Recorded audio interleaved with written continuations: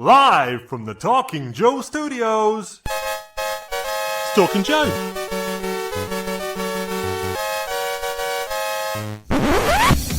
Talking Joe is on the air. Hey, it's me, Mark, and welcome to Talking Joe, the G.I. Joe Comics podcast. Today, we will be looking back at G.I. Joe Origins issue 19 from IDW Publishing, released September 2010. And why are we looking at this issue? We will explain that too. And explaining it with me will be my regular co-host. It's none other than the real American Tim. It's Tim Finn.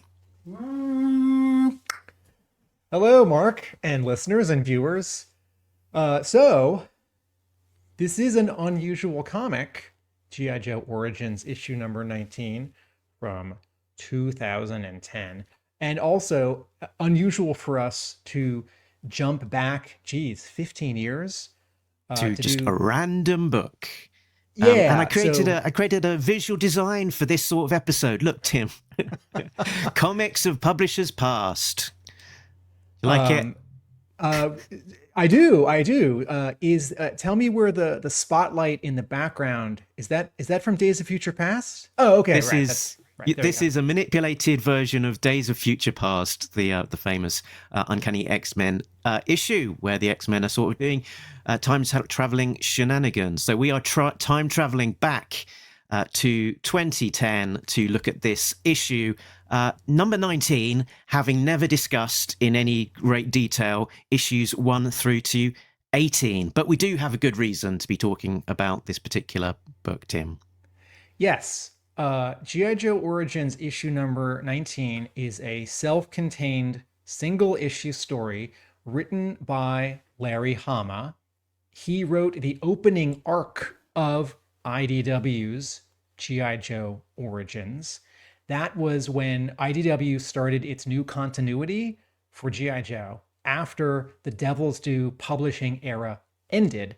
And this is before IDW started up its continuation of the Marvel Larry Hama continuity. And so when IDW starts after Devil's Due, it launches 3 books. The main G.I. Joe, written by Chuck Dixon, Cobra, co-written by Christos Gage and Mike Costa, and G.I. Joe Origins. The opening arc of G.I. Joe Origins was written by Larry Hama and technically takes place in that other continuity. Although Hama, I believe, has said he counts that as part of his Marvel and Marvel Continued continuity. Hama came back a few issues later to write another arc for G.I. Joe Origins. And then one more time... Which is decidedly not in the regular ARAH continuity, because that sort of has a semi-origin of Snake Eyes in that particular issue with which is a different origin to the one we recognize. Oh, right. That opening arc has a villain before Cobra Commander, where the Joes are sort of arriving at the pit for the first time. I haven't read it since it came out. We should talk about it one day on the show. Mm-hmm. And then there's this third instance where Larry Hama writes for this ongoing monthly anthology, G.I. Joe Origins. And it's this self-contained Snake Eyes issue 19. And the hook here is that it is a wordless issue. It is a silent issue. And while Devil's Due had published a wordless, silent issue of G.I. Joe, Larry Hama was not involved with that. And so this here in 2010 is the first time that Larry Hama wrote a new wordless G.I. Joe story since the Marvel era of 1982 to 1994. Of course, somewhere in there, Hasbro had also reprinted issue 21, Marvel's issue 21, that came with some action figures. More about that in a moment. And yeah, I can. While we're on that particular topic, I can kind of talk to it a little bit, because Luke on our Facebook group sometimes will do a deep dive into various elements of a particular bit of complexity around G.I. Joe continuity, and he put together this list of G.I. Joe silent stories So there's obviously the one that we all know, issue 21, Silent Interlude, which started it all. We then had issue 85, SFX, which is silent apart from sound effects. There was the Ron Wagner drawn Hush Job in yearbook number 3. There was also in Pages of European Missions a short story called War Correspondence. Then, as you spoke to, there was G.I. Joe issue 21 from Devil's Due, which was not written by Hama either. That was very much part of the Devil's Due continuity, which has since been disavowed. But also from Devil's Due at that time was the release of the Snake Eyes declassified trade paperback with a short prelude story, Silent Prelude, again drawn by Ron Wagner, which over Hama breakdowns, I believe that was. So I stand corrected. A moment ago, I said Hama didn't do any wordless stories for Devil's Due. That is not technically true, but since that short story only came in a graphic novel with a low print run and most people don't have it, close enough. Please continue, Mark. There was then also G.I. Joe, A Real American Hero, issue 21B, Silence Between Borders, which we talked about recently, which was a comic pack-in with a 2-pack of toys released through Hasbro. And alongside that as well was a story called Splash Bang, which was planned to be released as an action figure 2-pack, but only was distributed in a spotty way, which makes it harder to find, although it is available in print. And then there was also a couple of digital silent stories distributed via Shout Factory as part of their DVD releases, which sort of tied in to the timing of the release of the movies.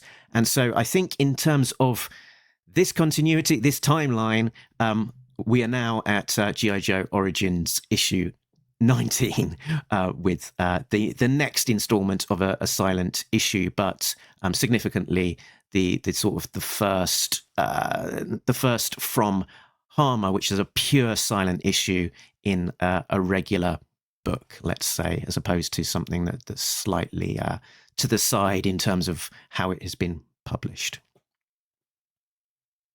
Now, there's a funny thing happening here, which is that the original wordless issue, Silent Interlude, is Marvel 21, and then Devil's Dues is G.I. Joe issue 21. And you might think that if IDW had a wordless Larry Hama story ready to go, they might hold it until G.I. Joe Origins issue 21. And I don't know that there's any story here.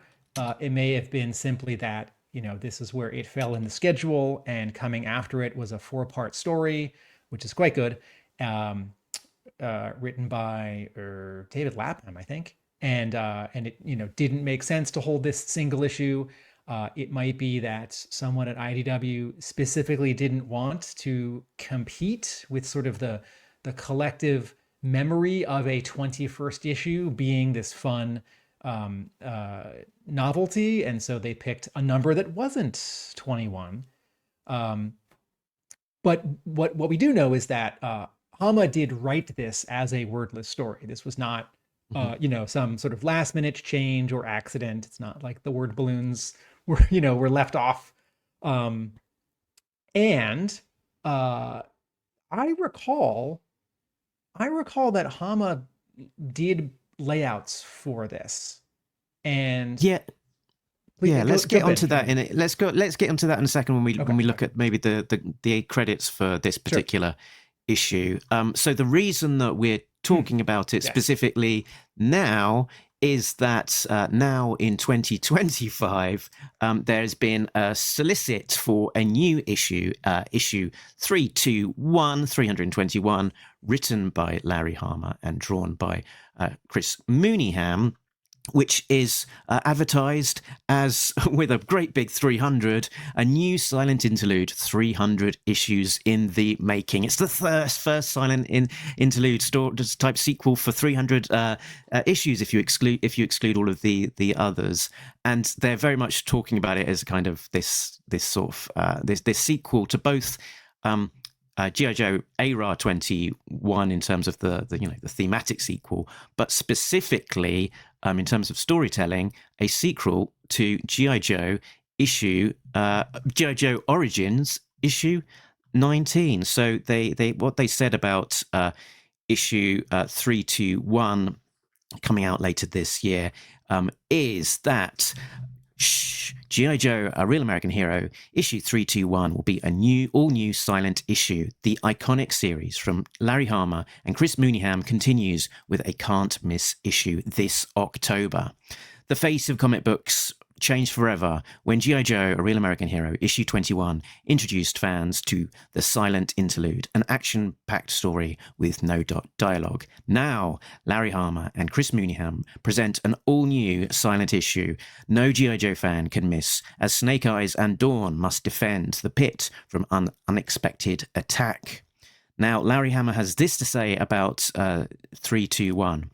This is another all-silent issue featuring the return of the sound-weaponizing characters introduced in G.I. Joe Origins issue 19. They have developed an air-portable version of their sonic weapon, which and have mounted it as a stealth dirigible to attack the G.I. Joe installation under Camp Greer in the Utah desert. Snake Eyes and Dawn Moreno, having been at the soundproof range in the lowest level of the pit, are the only Joes unaffected and must attack the airship by themselves. So here in the preview pages that Skybound have supplied, we can see that dirigible. We can see on the bottom left-hand page of the first page supplied some familiar-looking characters and their supporting troops.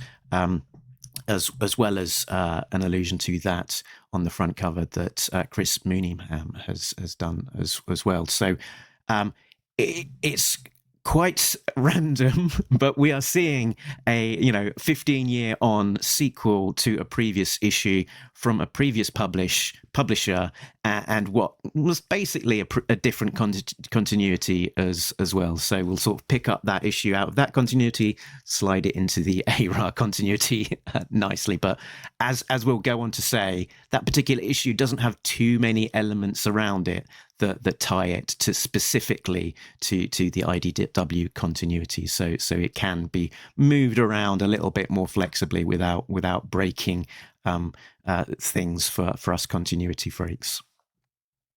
Was I muted? I was not. All right, so Mark and I are recording this right now in early August, and I spoke with Larry Hama in March, and he had written the issue or was in the process of writing the issue, and artist Chris Mooneyham had been assigned the issue. I'm not sure if he'd started drawing it. And in November of 2024, so 3/4 of a year ago, I believe Hama had this issue in mind, or perhaps editor Alex Antone had said to Larry Hama, why don't you do an issue, sort of an issue we can slot in whenever, it'll be wordless and we'll get someone great to draw it. And so, all right, so back to today, where Mark and I are reading G.I. Joe Origins issue number 19 and talking about it for you, dear listeners. Is there any other, let me just put a little bit more context into this. So if you have a graphic novel collection of this, if you're reading it digitally, you might miss, feel free to go full screen on me here, Mark. You might miss sort of the Devil's Due, excuse me, you might miss the IDW newsletter page, which comes at the end of the comic, after the story and before all the ads. And what's really remarkable about this, and I'm going close for those of you who are watching this, is that same month, IDW published 6 different G.I. Joe comics, right? The Chuck Dixon issue 22. Larry Hama had just started up again, continuing his Marvel run with his 3rd issue of A Real American Hero at IDW, 158. Cobra was finishing its 2nd arc with 2 issues, issue number 8 and a 2nd special. There was that 4-issue miniseries, Hearts and Minds. Here we have Origins 19. And then also that same month, there was a trade paperback collection of G.I. Joe Operation Hiss, which was, I don't have to be full screen anymore, thanks, which was that the movie's sequel or the movie prequel? It was not the movie adaptation. And so in 2010, folks, if you were a G.I. Joe fan, this month, there was a lot of G.I. Joe to get. And also, we were 3 years into the 25th anniversary line. So there were a lot of great action figures being released that year. And, the second movie was somewhere around there. So, okay. Mark, should we officially start our our deep dive into Origins 19? Let's have a look at the credits for this issue. So it came from writer Larry Hama. Credits for pencils are from Joe Benitez, inks Victor Llamas, colors Jay Brown, a name that we'll remember from a long run on A Real American Hero from IDW. Assistant editor was Carlos Guzman, editor Andy Schmidt, and uncredited layouts Larry Hama.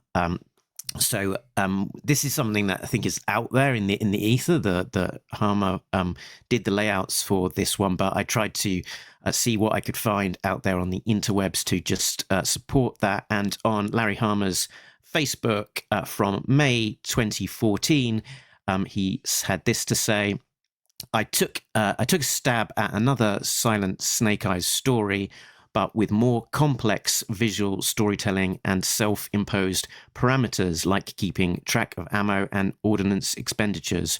Wrote it and did layouts. The amazing Joe Benitez did the finished art. It should be on stands in September. The words of Larry Hama there. Wait, you just said 2014. He posted that on 2014. Was that like a flashback post? It must. Yeah, it must have been, because we're in 2010. 2010. So maybe I'm getting confused. Maybe I wrote down the wrong date, but he's definitely talking about this book. So yes. Yeah. This is the only time Joe Benitez drew a wordless G.I. Joe story. And this on this credits page as well is a little quote there. It says, "In the darkling wood, a leaf falls in silent arcs, steel glints in shadow, Arashikage no Hebime." What did I write about that? Just that Hebime is a rough translation of Snake Eyes. Hebi equals snake and me equals eye. This is not actually a quote. This is a haiku.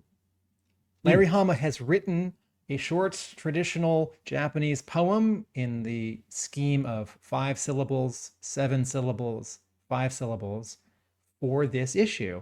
And once or twice on his Facebook page, he has just posted a haiku because he's, it tickled his fancy or he saw something interesting.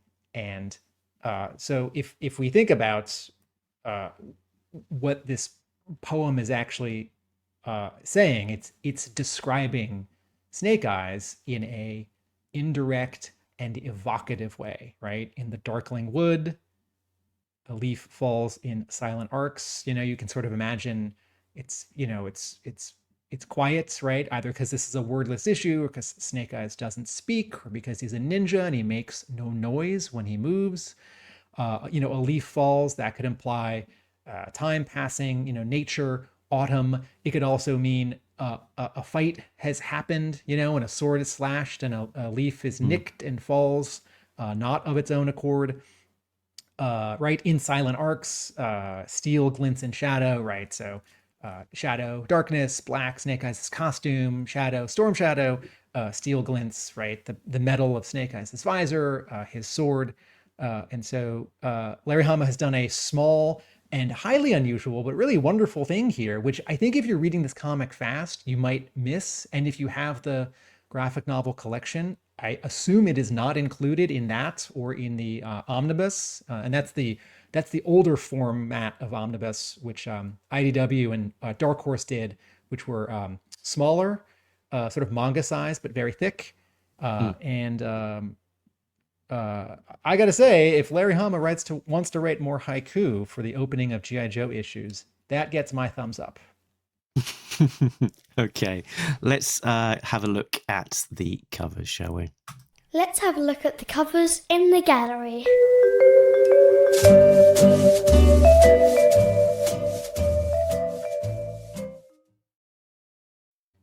Cover A is drawn by Joe Benitez and Victor Lamas. It is colored by Jay Brown. There is no physical background. It is a full figure, a full body, jumping, attacking pose of Snake Eyes. He's coming at us. He's holding a sword and a scabbard, and the scabbard is slightly obstructing the logo. No part of Snake Eyes or his weapons are cropped at the edges. There is a white background, but instead of it being left white, it is a flat red blood splatter all the way up and down across the cover. And there is so all of Snake Eyes is, this is his second costume. This is version 2, right? So he has his sort of everyone's favorite version of his goggles, the metallic visor with ridges. He has his bandolier with 3 grenades, and he's got and what the artists have done here is drawn and inked all of the black part of Snake Eyes' costume as black, with just a couple of lines here or there for sort of his rib cage or his jawline, to show where there's something in front of something else, or describing some musculature, right? This is not the approach that you sometimes get for Snake Eyes, where, his costume is sort of left white for the color artist to do dark gray or dark blue. And then the straps and the bandoliers and the belt, those are gray. The grenades are a bit green. I'll speak a little bit more about Jay Brown's color work when we get into the issue, but he puts a bright highlight on the right side of Snake Eyes' visor, and does a little bit of rendering on those straps as well. This is pretty striking, and something that really bums me out about this cover. On the bottom right, over the barcode, in bold, it says parental advisory, which IDW was doing for, I can't remember how long, 2 years, 5 years, and it was, if I'm remembering, both for the sort of main IDW continuity, what we sometimes call the Chuck Dixon verse, as well as the Larry Hama continuation of the Marvel run, which had for some time recommended for mature readers. And that really bummed me out, because I think of G.I. Joe comics as PG-13, and certainly the live action movies are PG-13. To me, parental advisory starts to feel like age 15 or 17. And I guess, PG actually means parental guidance, right? So maybe parental guidance and parental advisory are pretty similar. And I don't know, maybe if you look at PG-13, parental guidance 13, that sort of does equate to parental advisory. But the word advisory really throws me off because of the label for music albums, like advisory, explicit lyrics. It's like caution, be careful, right? Whereas like guidance, hey parents, think about offering your kids some guidance, talk to each other.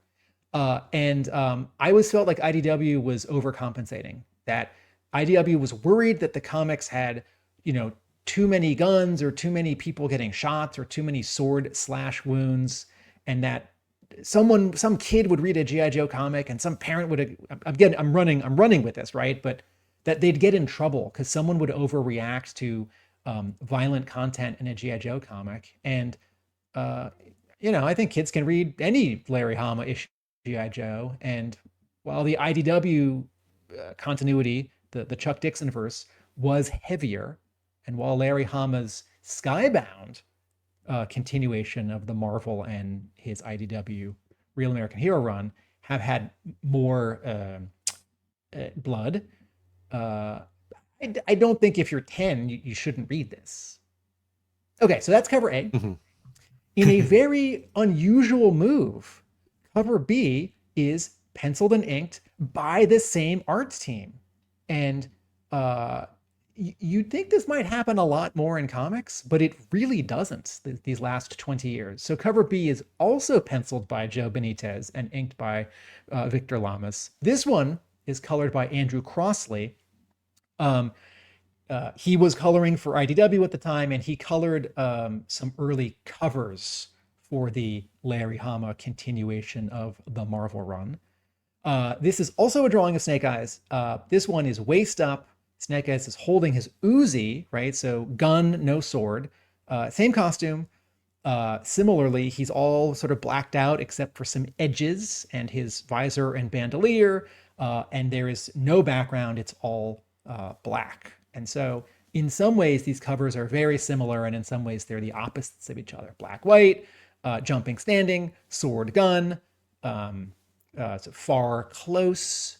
And I don't think I've actually ever seen cover B in hand or in person.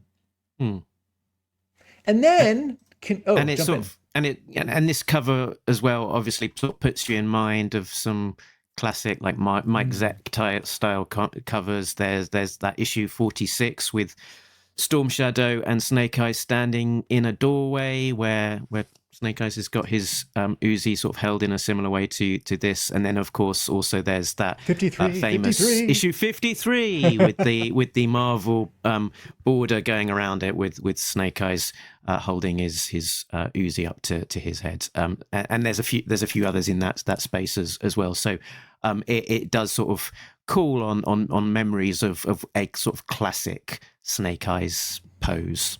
And it perhaps looks forward to the Herb Trimpe cover of Snake Eyes waist up, black background, holding an Uzi with the Arashikage logo behind him from, I forget, like 160. And then we've talked about this recently, the Francis Portela, quote, camouflage cover that kind of recreates that accidentally from like Real American Hero 310 or whatever it was, right? If you have a room full of people, and they all draw different Snake Eyes covers of him holding his Uzi, sort of waist up or knees up. A lot of them will end up looking like this. Cover C is so confusing, and it really bums me out. It makes use of Ashley Wood's new cover art that he drew for Hasbro when it republished the original Marvel issue 21, the original Silent Interlude. And that comic came with a Snake Eyes and a Storm Shadow action figure. And Ashley Wood redrew the Ed Hannigan, Klaus Janson original Marvel cover in his, Ashley Wood's, more painterly, slightly sort of splotchy and abstracted style, and rather than using red tones, he uses sort of yellow-green tones. But it is the same pose of Snake Eyes rappelling down the side of a diagonal building thing at night, firing his Uzi and being fired upon. It's a great drawing. Hey, publishers, it's really confusing when you use a piece of art. Like, if Marvel wants to take a Jim Lee X-Men trading card from 1991 and put it on some issue of Wolverine in 2025 as a variant cover and call it like Hidden Gem or something, like that's a little confusing, but okay, because that's a trading card, right? Or if they want to find some like Jim Lee pinup or some like Jim Lee cover for a catalog that was not a Marvel published comic, but this Ashley Wood cover belongs to Marvel G.I. Joe issue 21. It does not belong to G.I. Joe Origins 19. And so, and the top banner of the actual published comic says G.I. Joe Origins number 19 special, right? And the word special to me says not the regular issue. So this object, if I saw it as an eBay listing, or I was flipping through a long box at a convention or a store, I would really be confused what this is, even though it tries to tell me. Origins 19. Origins 19 special? Is this a different version? Well, that's not the cover of Origins 19. That's a cover from a reprint of Marvel 21. Boo.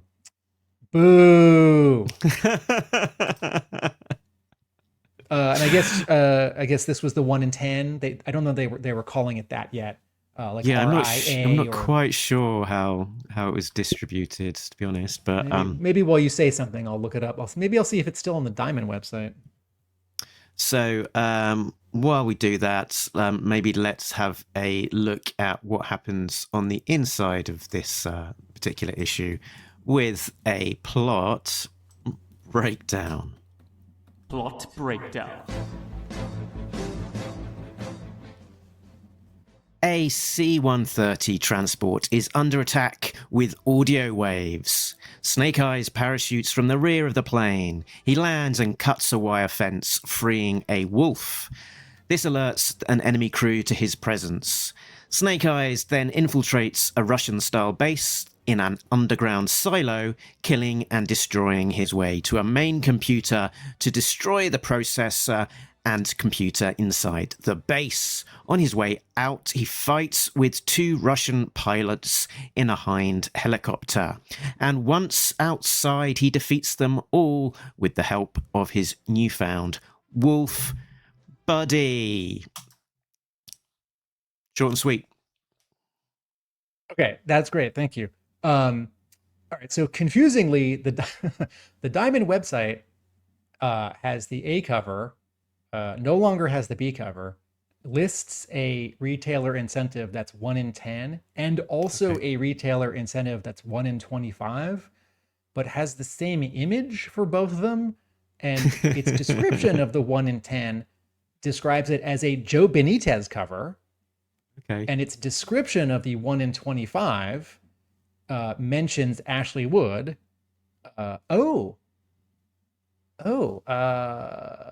For every 25 copies, retailers will receive 1 G.I. Joe number 21 Classic Series replica with Ashley Wood cover signed by Larry Hama. Huh. Okay. And then here I am on mycomicshop.com, which is a mail order company out of Texas that has a very sort of clear and clean sort of lookup process for back issues. And it shows cover A and cover B and cover C, which it describes as the 1 in 25 variant cover by Ashley Wood. It doesn't say it's signed by Hama, but it does. Autographed by Larry. Okay. So I think there was no 1 in 10. And I think the retailer incentive was just a 1 in 25. But listeners, or maybe the 1 in 10, was an unsigned. Yes, perhaps, that's very good. That's probably it. Listeners, viewers, if you want to tell us that we're wrong, chime in the comments.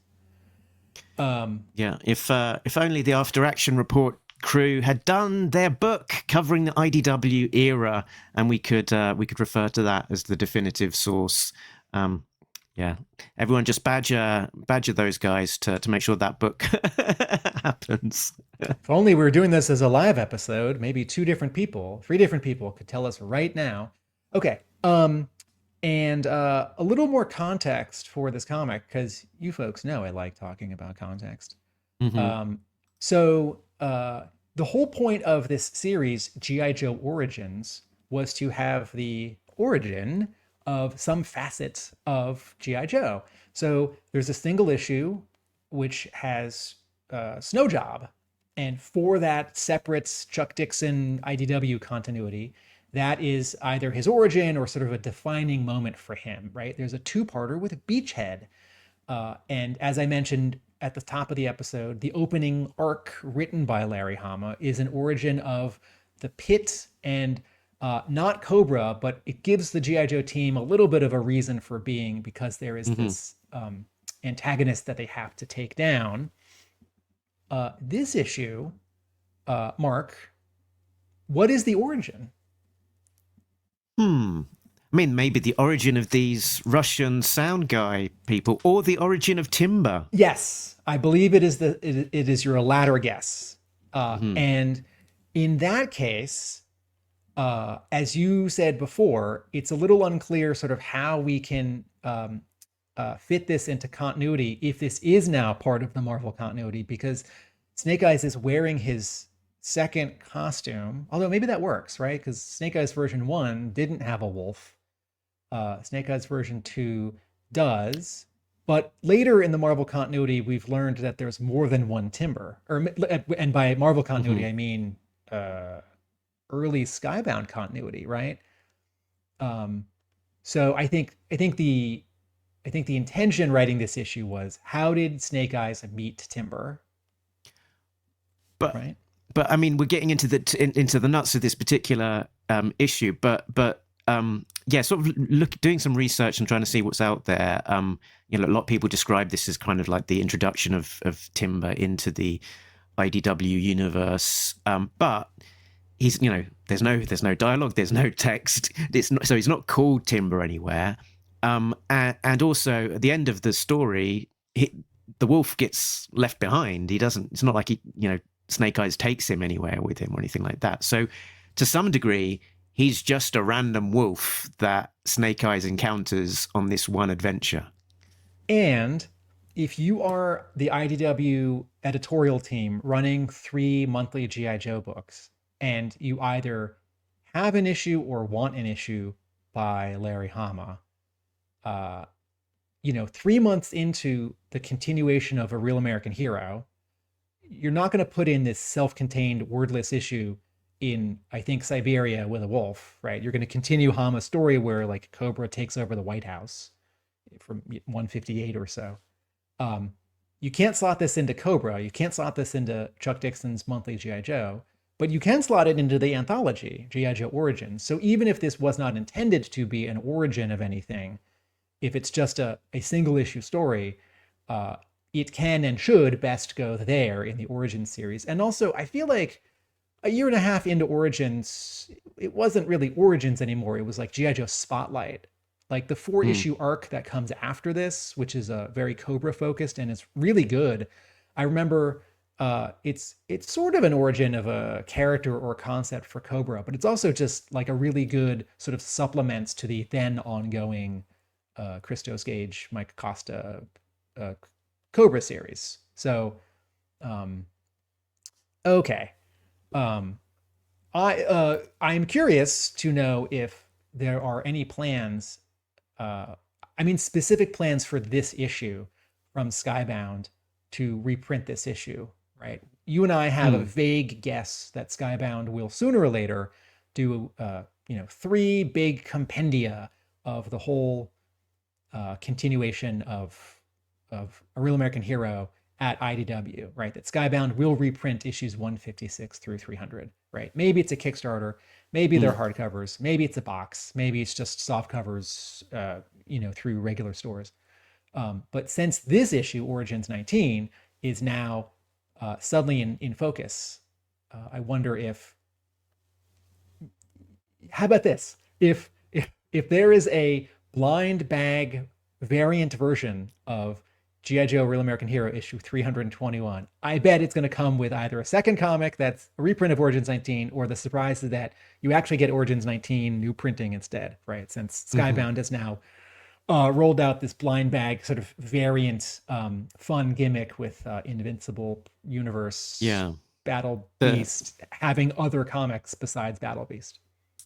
Yeah, the no-brainer kind of decision that seems to me would have been to include G.I. Joe Origins 19 in G.I. Joe 321 to make it a double-sized issue, and obviously they don't have to pay to create that historical content, so it's a bit cheaper to make, and so maybe they put a higher price point on it.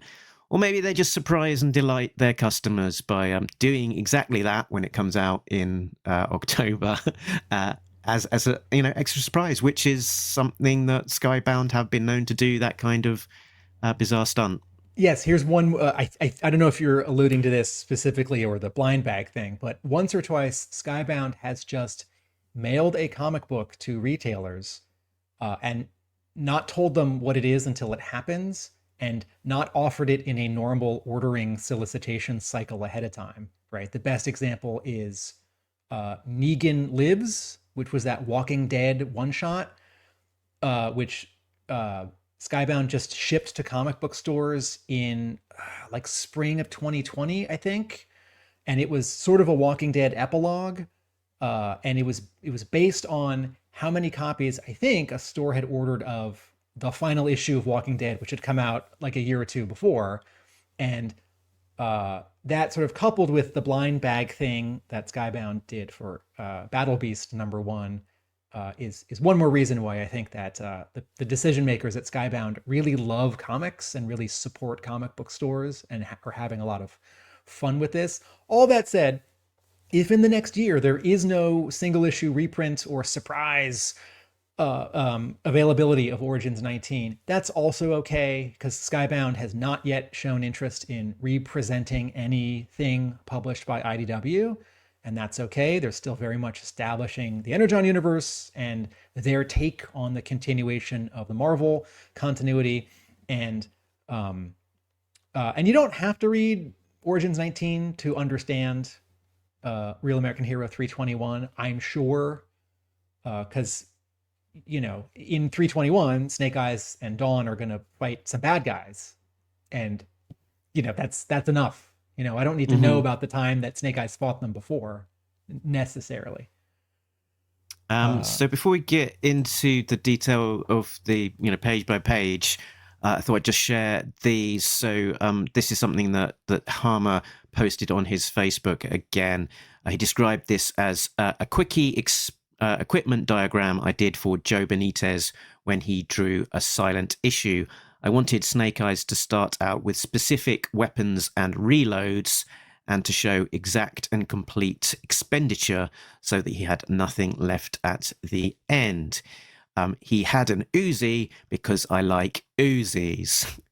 So he's pointing out he's got an Uzi, 3 grenades, a katana on his back, a Sykes Fairborn dagger on his front, a utility pouch for balloon and gas, which is his escape mechanism at the end of the story, and then on his thigh, his left, 3 clips for Uzi, and some sort of webbing and gear for the extraction harness, Starbo, Stabo, which probably is an acronym that stands for something. And he also created a specific web gear diagram as well, which might have been for potentially something else, because I think this might be a different loadout. But there we go. Hey, Skybound, I know you don't listen to our podcasts, and that's okay. You're busy.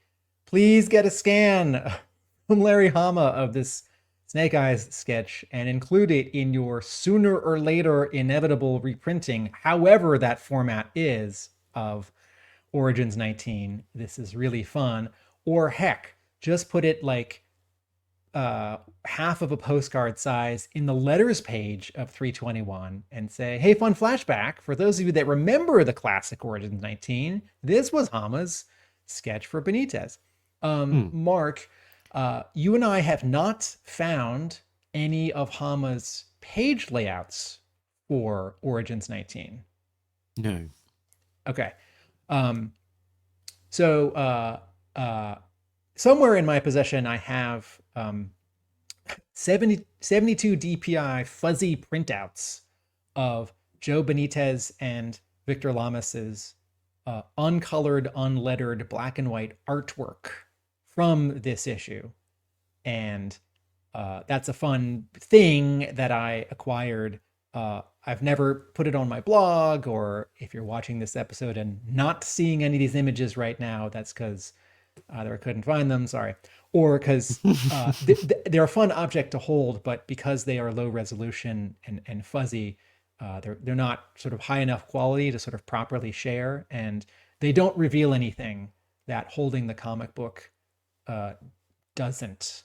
it's different because of course there's no letters and there's no color, but Well, it's there's no letters on the published comic either. right. Thank you. But it's not yeah, like all it is it's the published book, but without the color, essentially, Yeah. isn't it? It's not necessarily such a great mystery of Hama's process, which would be the real fascinating thing to see is what was it that Joe Benitez was working from in the layout of these particular pages.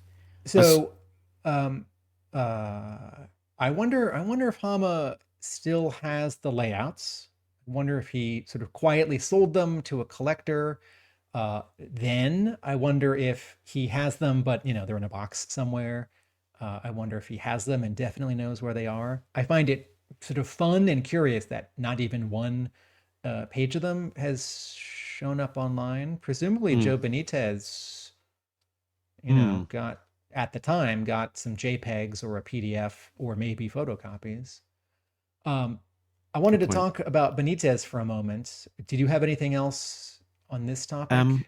I was going to segue into Benitez as an artist.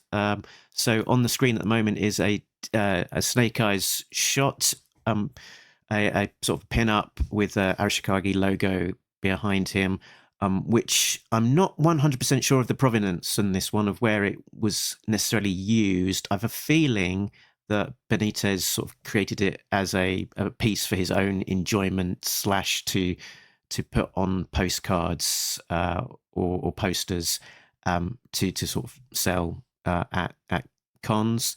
But part of the story of that is that he was a G.I. Joe fan, and on his Facebook profile from 2018, he shared 2 commission pieces that he got done for him by fan favorite artist Michael Golden. So an amazing almost yin and yang of Snake Eyes and Storm Shadow. Snake Eyes, black costume on a white background, Storm Shadow white costume on a black background. It's really fun to see that Benitez went out and got these commissioned for himself as a professional artist from one of the greats for him to have in his collection and enjoy. One more description of these 2 drawings, if you're listening, folks, and not watching. In both cases, Storm Shadow and Snake Eyes are crouching. Snake Eyes is totally kitted and geared out, Uzi sword, and Storm Shadow 2 swords, plus his what are the climbing claws called that are not Wolverine claws? Marcus shrugging his shoulders. Joe Benitez, folks, before he drew this issue, was a Top Cow guy. And he drew a miniseries called Wraithborn in 2005. And he drew a miniseries called Weapon Zero in 2005. That was written by Walt Simonson. And I have not read these, but I feel like Weapon Zero is, somehow related to The Darkness or Cyberforce or Witchblade. And Walt Simonson wrote and drew one issue of Cyberforce. And after that Weapon Zero miniseries in 2005, Joe Benitez drew a year and a half of more Weapon Zero. In 2009, he drew a couple issues of Soulfire for Aspen, which was the Michael Turner publishing company that was creator-owned after Michael Turner had all of his success drawing Witchblade at Top Cow, right? And sorry, I should go back one step further, right? Top Cow is the part of Image Comics that belongs to Mark Silvestri, right? So Mark Silvestri breaks into Marvel in the mid-'80s. He draws an Avengers graphic novel. He gets assigned Uncanny X-Men. He moves over to Wolverine. And then he is one of the guys who leaves Marvel and founds Image Comics. And his creator-owned book there is Cyberforce, which is this team. And they've all got metal stuff on them and like their eyes glow. And in 2010, Joe Benitez started his own company and published a comic called Lady Mechanica. And a lot more of it has been published since. the initial stuff drawn by him and the later stuff made by other people. But in 2010, when this G.I. Joe issue came out, I can't remember if he had done a little bit of that Batman Superman team up book yet. I don't know exactly where, his like Darkness issue were issues. I think he did one of the Top Cow Marvel crossovers, like maybe he did one of the Cyberforce meeting Wolverine, one shots. But in 2010, when this G.I. Joe Origins issue 19 was announced, it was really exciting to me because Joe Benitez was a, quote, hot artist. I don't know that he was the most popular in that category, but the way he drew, to my eye, was very much informed by Michael Turner and Mark Silvestri, right? This certain level of detail, of busyness in costumes and hatching and cross-hatching, right? And of course, Mark Silvestri had been a studio mate of Jim Lee. So this stuff also points back to Jim Lee, to like 90 and 89. And Joe Benitez, even though he was only doing one issue of G.I. Joe, was going to bring some heat to G.I. Joe. This is how I felt when Origins 19 was coming out. Because over in the other G.I. Joe books, there was a big variety of artistic styles, right? The Cobra series had its own specific look. The main G.I. Joe series, the Robert Atkins sort of modern realism, but not like flashy sexy, but just a little flashy, right? And then there's this sort of, then there's the Real American Hero continuation. But Joe Benitez, I didn't know that any babes like Magdalena or any of the Cyberforce characters, I didn't know that anyone like that would show up in this issue of G.I. Joe. And it seemed like it was going to be a Snake Eyes spotlight issue. And there's a character with a subtly sexy costume, but not a flashy sexy costume. But this issue was going to have some flash.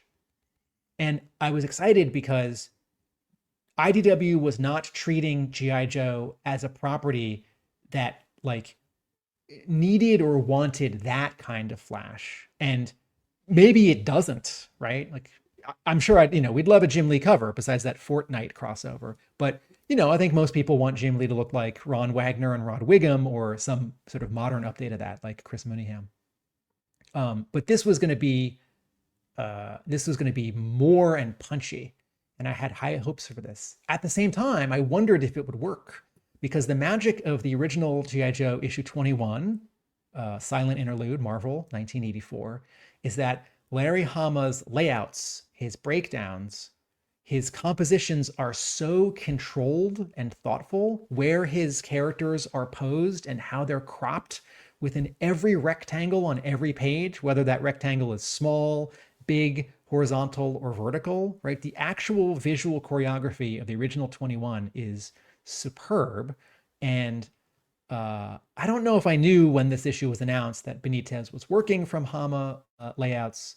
And when Hama writes plots for his artists and when he provides some diagrams, and I think when he does layouts, he says, this is what I see. If you have a better idea, do it. So there is leeway for an artist to, say, for Origins 19, take Hama's breakdowns, but make some things bigger, make some things smaller, make some things flashier and splashier. And based on the shapes of these panels in the printed issue, Benitez absolutely did that. He absolutely changed or enhanced, or finger quotes enhanced Hama's layouts. And so the sort of the tension that I have in reading this comic is, would this have been better if Benitez had kind of just traced Hama's actual breakdowns and then added his sort of spice to it, as opposed to redrawing everything and making some things bigger and some things smaller and some things, more diagonal.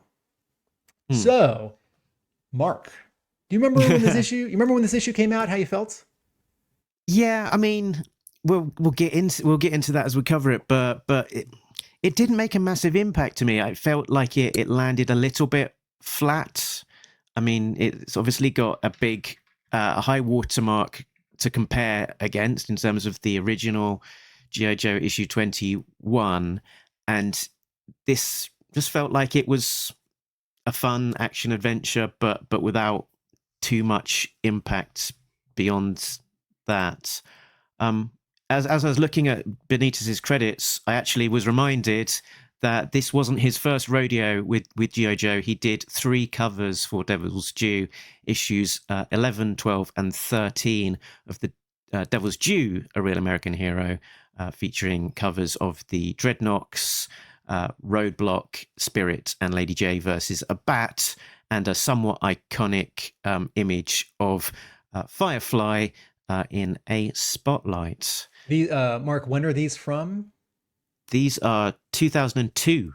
Okay, so these very much predate his Origins issue, and I've always thought that Firefly looks like someone is thinking of Michael Golden, since Firefly shows up in Yearbook 2, and now I have more circumstantial evidence since Benitez has told us that he's a big Golden fan. I will agree with you. When the issue came out, I read it and I thought, yeah, good.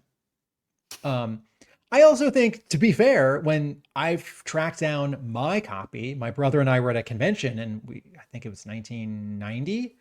We'd been reading comics for a year, and we found issue 21. I think it was $18. I think we talked the dealer down to 15. And, I read it and it was good.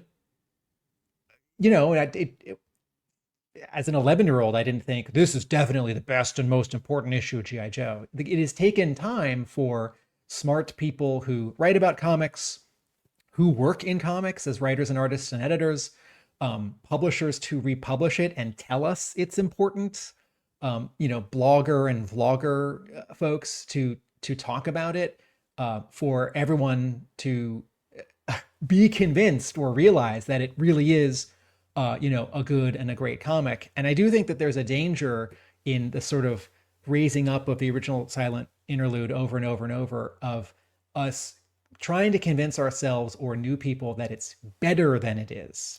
That, sure, it's the best issue of G.I. Joe, or it's the most important issue of G.I. Joe. And Larry Hama, wrote and drew a really fun story, and the inks are great, finishes are great, right? The colors are great. And it is the first appearance of Storm Shadow, and it's a great bit of choreography. But, it's not like it's Citizen Kane and every other issue of G.I. Joe is Police Academy 6.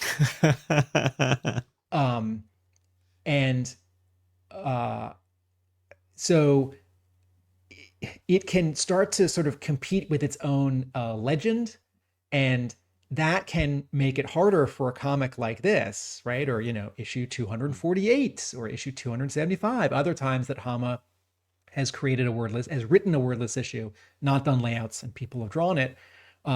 It could already be too late for 321, right? We could, several months from now when it comes out, we could already have been disappointed because it's good. But maybe it's not as good as the other ones. Mm-hmm. Oh, it was supposed to be like the worthy sequel. Is it Empire Strikes Back, or is it The Last Jedi? Yeah, I think the big one around this particular issue is just the general sense of purpose of what is he achieving, and what are the stakes, and what is the overall impact. So comparing it to like the original 21, Scarlet, one of the most beloved characters, is held captive. It's in the Cobra, castle. First time we've seen this, very dramatic base. We're getting this new layer from Snake Eyes of this real badass that we haven't quite seen up to this point. And we're introduced to Storm Shadow and the mystery of the Arashikage hexagram, which plays a large part then of the G.I. Joe lore for issues and years to come. And it is a mystery that we gets expanded to some degree in the Snake Eyes origin story a few issues later in issue 26 and 27. This is more of a one and done and a kind of a so what at the end of it. That there's this weapon, but it's the weapon is relatively underbaked, and we haven't seen before. We don't see afterwards. It introduces some new baddies, but the baddies aren't, they don't have toys behind them, which makes them sort of slightly less enduring. But also the overall design of them is a little bit bland, goony, forgettable. some of the beats of the story overall are just quite similar to the original. We'll get into that a little bit. And the art is good. It's, you know, maybe there's a bias. It's not as amazing as the original 2021. So I think there's definitely, as you say, there's a shadow of the original source, which is large. And this definitely doesn't escape that shadow, but it also doesn't have those same elements that kind of make it, make it the original as significant as it was with all of those things. Make it just elevate it beyond just a fun one and done adventure. Well said. Let's get into a bit more of the details. So, page 1. Here's an example of a large looming shadow. It's Snake Eyes jumping out of the back of a C-130 transport, instantly recalling at the beginning of the original 21, where he does much the same.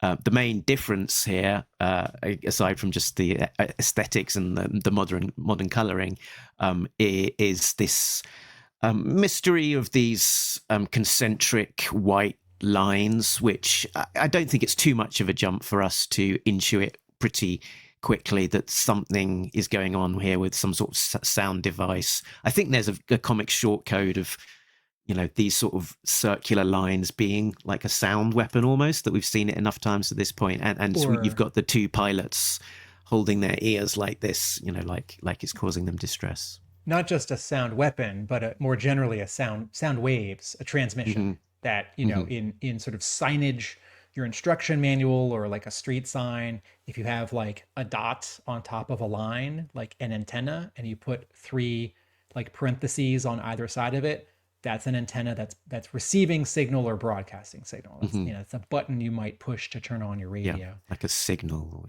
signal or sound. So, and we've got 2 Joes piloting this plane, and you might guess that one of them is Duke, but it's not made explicit, I don't think, as to who the pilots are of this craft. So here's a hat, or here's a reference to me that says this is in the main IDW continuity and not in the Marvel continued continuity, because these are 2 not green shirts, but in the Chuck Dixon series, a lot of Joes are wearing sort of modern 2008 green gear. One of these guys is not wearing a cowboy hat, right? This is not Lift Ticket and Wild Bill. And if this was a Marvel, if this was a Real American Hero issue from any of the publishers, I think we might know which 2 Joes this is. You're jumping ahead to a later page. I was just there. We see them again later on in the book, and again, it's not too much of a visual clue as to exactly who these guys are. That actually, there's one I think final page here with a thumbs up once Snake Eyes has accomplished his mission. So they're getting informed as the progress and the removal of the sound device. Again, it's a blonde guy in a sort of military costume. You might think it's Duke, but it's not made completely explicit. If Skybound were to reprint this and recolor it, because I don't love the colors, to put it mildly, you could make that blonde guy have a sort of a tan yellow shirt, and then it would definitely be Duke. Okay, so I'm going to take just 1 or 2 opportunities. This is the first one to describe why I don't like the colors in this issue. And I have said before on Talking Joe that I'm not a fan of the coloring work of Jay Brown, who colored roughly 140 issues of A Real American Hero at IDW. So here are just a couple quick examples. On this first page, the values of all these colors are similar and in the middle. So these colors aren't very bright, and they're also not very dark. And if you were to put this page into grayscale in Photoshop, the grays would all be about the same. And another way of phrasing it is, if you think of a grayscale, 1 is white, 5 is a middle gray and 10 is a black. And you have lighter grays, 2, 3, 4, and you have darker grays, 6, 7, 8, 9. Everything here is like 5, 6. And that comes across to me as sort of murky. I do see some highlights on the grenades. I don't know why. So technically it's not all 5 and 6, but I don't think Jay Brown has the best handle on how light behaves in environments, and I find that his coloring work, sort of kind of whatever the scene, right? Whether it's in front of a computer screen or outside or at night or in a forest, everything's kind of treated about the same. One more example on this page. If you look above, in panel 1, if you look above Snake Eyes' finger, there's a sort of a ridge of clouds that goes up, and that same ridge of clouds is in panel 4 between the plane and Snake Eyes' leg, which is to say that the color artist here used the same, I don't know, photo of clouds for panel 1 and for panel 4. And you're not supposed to see that. You're not supposed to be able to tell, but I can. It's distracting. It's sort of like in movies, if there's like a gunfight or a fist fight and the sound editor or sound designer uses like the exact same punch or gun firing sound effect like 3 times in a row, it's sort of the rhythmic, musical, repetitive quality of it jumps out at you. It's like, no, all those need to be slightly different from each other. Okay. So as the story progresses, Snake Eyes parachutes down, lands in the snow, chops off his chute with his sword. And actually, I was going to comment as well that this first page, when we're introduced to Snake Eyes, we get a good sense of his loadout of gear, and we can sort of call back to Hama's little doodle of his loadout, so we can see that he's got the katana on his back. Definitely, he's got 3 grenades, and he's got the Uzi on his side. It looks like maybe you can see a knife on his right thigh as well, but I think we'll get a better sense of that as things progress. So he lands in the snow and sees this wolf sort of all caught up in the barbed wire, and it's close to being a splash page, sort of focusing in on this wolf, and he has got some wire clippers. Don't know where they appeared from, but he has got them. And he has cut the fence, and it set off an alarm. It's the person monitoring the station is sort of lit up in a red glow from the alert being set off, and then there are 2 guys in white on a kind of skidoo motorized snowmobile who sets off, you might guess, to investigate that wire break. My initial qualm just reading this page was that the wire looked very low tech, having seen like electric fences and those kind of things. It's a very sort of low tech looking barbed wire fence around some wooden poles, but no prize, suspension of disbelief. I'm sure you can disguise some higher tech elements within a low tech looking barbed wire fence. Mark, you're saying that it looks like old just barbed wire with old wooden posts. How could that alert the bad guys that a wire has been cut? You're looking for some kind of like sensor or camera or like little box with a red light on it that would suggest that they could register whether this wire has been cut or not. Mm-hmm. Yeah, although I appreciate wires, made of metal, they can convey currents. If there's a break in the current, that could trigger a sensor. So I'm not making a big deal of this. It just, to the eye, it looks quite low tech versus the sensor getting set off. A couple of things happen on this page that I want to point out. This issue has 2 examples of on-screen text So here, wire break section yeah. 23, and late in the issue, in a helicopter cockpit, there's a warning light that goes off in a language that I can't read. And I don't think Larry Hama is saying to himself, text appears in 2 cases in the original Marvel issue 21 when Destro's computer tells him that, the wind and the weather make it unlikely that someone can parachute onto the castle. And then whatever the second one is, when it's like reflected in his helmet mask. So therefore, Larry Hama, should have 2 occasions of text appearing in this otherwise wordless issue. I don't think this is that.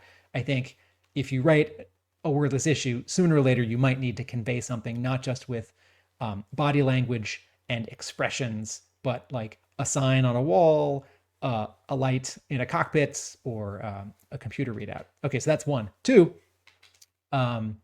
this is a case. There's another where... bit. It says targeting processor on that chip that, right, that okay, there are Snake 3. Eyes takes out later on as well. Yeah, 3. Thank you. Yes, there are 3 examples of so no dialogue, no sound effects, no captions in the story, but there is sort of in-world visible text, right? Like Snake Eyes could write on a Post-it note, "Ha, you're dead," at the end, and hold it up to the bad guys who he's defeated. Now, Snake Eyes wouldn't do that in any G.I. Joe story, and he certainly wouldn't do that here. Okay, something else I noticed about this page, I can certainly imagine that Larry Hama's original layouts featured only squares and rectangles for his panels. And here, Benitez has taken panel 5 and made it a little bigger than its sort of space within the the grid of 3 tiers of panels. And he's also tilted it a little bit diagonally and made it not quite a rectangle, but a little bit of a trapezoid. And it's also sort of covering a bit of the panel above it and after it.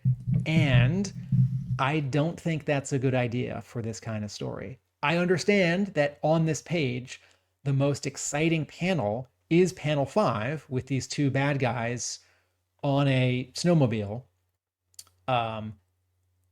I find this kind of overlap where a panel creeps over the gutter onto another panel before it and after it in this case, to be a little distracting, because I start to see like not objects touching each other, there's still a border, and not like colors becoming each other. Like I'm not confused, like, oh, Snake Eyes is standing in snow, but then all of a sudden there's the pink sky. Like, oh, that's the next panel. That's not what's happening.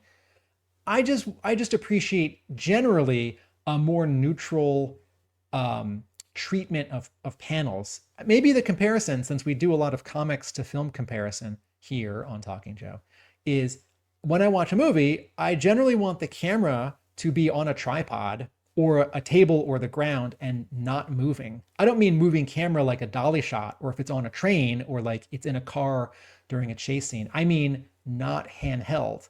I feel like in movies and TV, handheld is reserved for when a moment is subjective, someone's point of view, the camera is someone, versus objective, when the camera is the like neutral observer of how the scene is unfolding. And this sort of diagonal, slightly trapezoidal panel, it's not bad, doesn't ruin the comic, doesn't ruin the page. It's louder in terms of form than I think it should be. And what it's trying to be is loud for the moment it's portraying, which is like of these 2 guys. Also, just as a small observation of like character and costume design, one of these guys has a mask and one of these doesn't. And so my brain starts to think like, wait, is one of these guys particular? Should I know who this guy is and this other guy isn't? Because in this story, sort of maybe the only person whose face we can't see should be Snake Eyes. And if you have anyone else, like if it's like a polar assault trooper, if it's a bunch of polar assault troopers in a Cobra story, that's fine, right? We really can't see their faces. But here, these 2 guys are treated slightly differently, and my brain, it's like when I watch a trailer for a movie, I can't help but start to try and piece together the story, like, oh, is this shot from Act 3? Are they giving away the ending? Okay, my final comment on this page, and this is the second and only other time I will frown at the color work of Jay Brown. And I don't like it on any of the pages in this issue, but here's an example. It's a lofty promise. No, I really promise. All right, so this is sunset, and so in the middle panel, there's this gradient of this sort of dull blue. It's got a little bit of brown and a little bit of green or a little bit of gray mixed to it, and the gradient comes down to like a pink peach, and I like it. That means that the light for this scene should be pink or peach, and yet all of the highlights for the snow are pure white, as if a like regular moon is directly overhead, or like not a spotlight, but like a light. And considering that the light source in this middle panel where we're behind Snake Eyes looking past him to the horizon, right? And it's hard to see, but the wolf is in silhouette in that panel. Do you see it? Between some of the barbed wire, between the right post and the far right tree. Oh yes, yeah, very small, but yeah. So the wolf did get away safely. That's what this panel is showing. I think Benitez could have drawn a little bit better, but anyway. Okay, so the light source is like way in the distance where Snake Eyes is looking. It's behind all these trees, and yet here by the post, there's this like highlight on the snow. So not only is the highlight the wrong color, it's also a highlight, and there is no light source because the tree is blocking the sunset. And then go back to the third panel, right? The wolf has like all this white fur. So I think Jay Brown is I don't know, coloring quickly or without thinking more about what the actual physical space is doing. Page 5. 2, 3. Page 5. 1, 2, 3, 4. Page 4. Page 4. Okay. So page 4, again, we got some quite dynamic panel layouts here, some angular panels, no parallel lines on the borders. So I guess trying to emphasize the action of this as the Skidoo arrives on the scene. Snake Eyes is hiding underneath his parachute, jumps out, very high jump there, comes down below, and sort of ninja samurai style, movie style, comes down and sort of slashes these two with an implied sort of strike that we don't necessarily see on screen, but do see sort of the aftermath of these two polar troopers falling down away from the Skidoo. So next up, we are in the base, the unspecified base, with these sort of baddies in green. That we're sort of introduced to the main male baddie with his sort of eye slits, which are like almost like sewer Vents. drain covers or vents. And the female with sort of spiky blonde hair and one of these big wraparound yellow sort of goggle type things that what's the name of that DC character that's got, it's like Lady someone, I don't know. I was gonna say it's like Mirage, the Mega Marine. Well, in G.I. Joe. yeah, Mirage, the Mega Marine is a much more on the nose comparison, and they're in this base, which so far at this point we don't necessarily get too much of a sense of what it looks like. We get a bit of a reveal of that of the fact that it's got this like silo element to it a couple of pages on. So there's a monitor station, which is where they've been looking at the C-130 and been getting the alerts. And there's a walkway in the middle of the station is we see the back end of a helicopter with a mechanic working on it with a giant wrench. And then there's some sort of like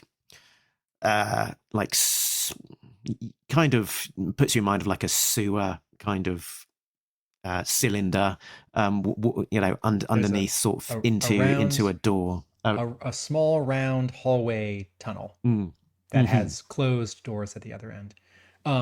One more thing So to add here, that there are we're beginning to get a sense of this space, but there's a lot of and we'll touch on this in a bit later, a lot of very similar colours going on. They're in green costumes against a green background on a greenish walkway with a top level that's green and a lower level that's green. and a green helicopter and a green C-130.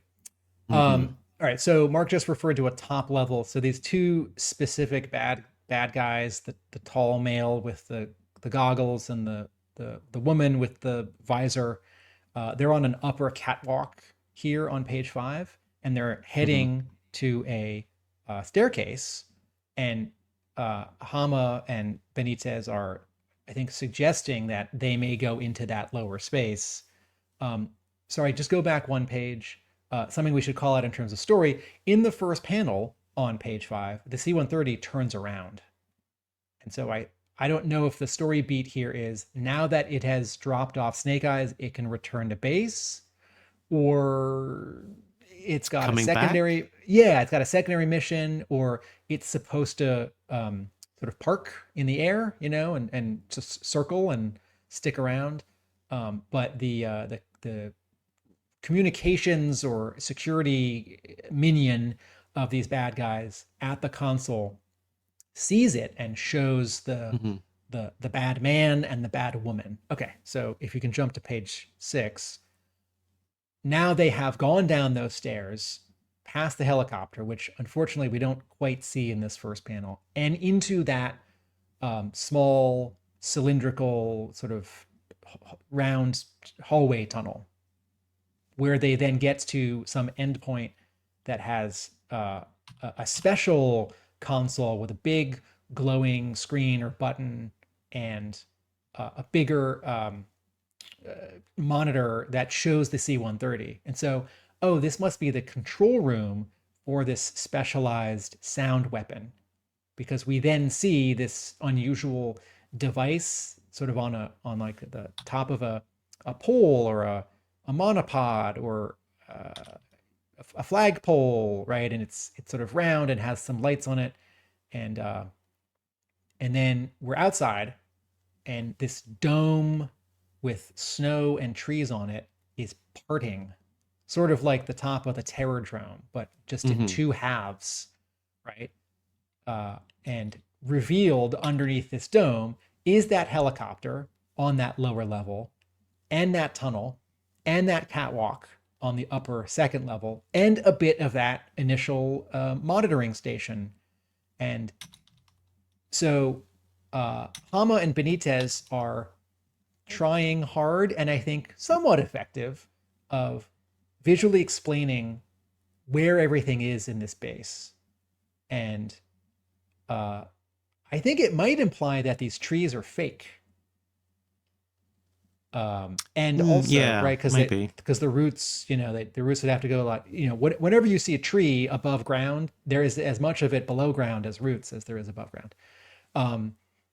I think here, the first panel of this page has so much headroom, it's as if there's space for word balloons. And maybe it doesn't need that much headroom. And maybe the bottom panel on this page wants a little more room, so it can be a little bit bigger, so we can enjoy all these details of, like, okay, there's the helicopter, and there's that little monitoring station, and then okay, Mark, I'm just picking out something for the first time. On this bottom panel of page 6, the sonic weapon is extending further. That's that sort of black up and down shape near the moon. Right, yeah. To the left of the okay. Sort of right. So you're taking that as it's extending upwards and outwards and up, because the silo's opening and it's now above the top of the silo. Yeah, you know what I need? I need some lines in panel 3 to show that the pole is extending, that it's telescoping upward in panel 3. And because if you drew those lines in panel 4, they'd be too small, you wouldn't see them. Yep. Okay. Okay, and then we have the guy, I guess, at the station monitoring. Oh, we can see him actually on panel 3. The guy on the station monitoring what's going on. He's looking at the skidoo coming back. We can sort of see the hint of a white coat. So I guess he's assuming that it's his guy coming back after investigating the break in the fence.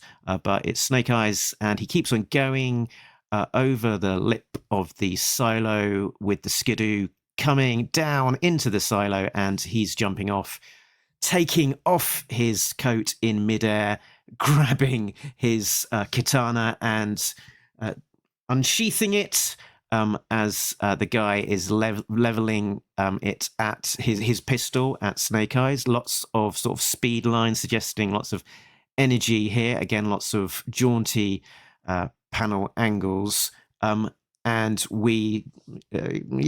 that particular element of the story is continued sort of in the middle panel as Snake Eyes cuts the pistol in half. Mark has jumped to the next page, folks. And the top part of this page has got this sort of sound weapon broadcasting upwards.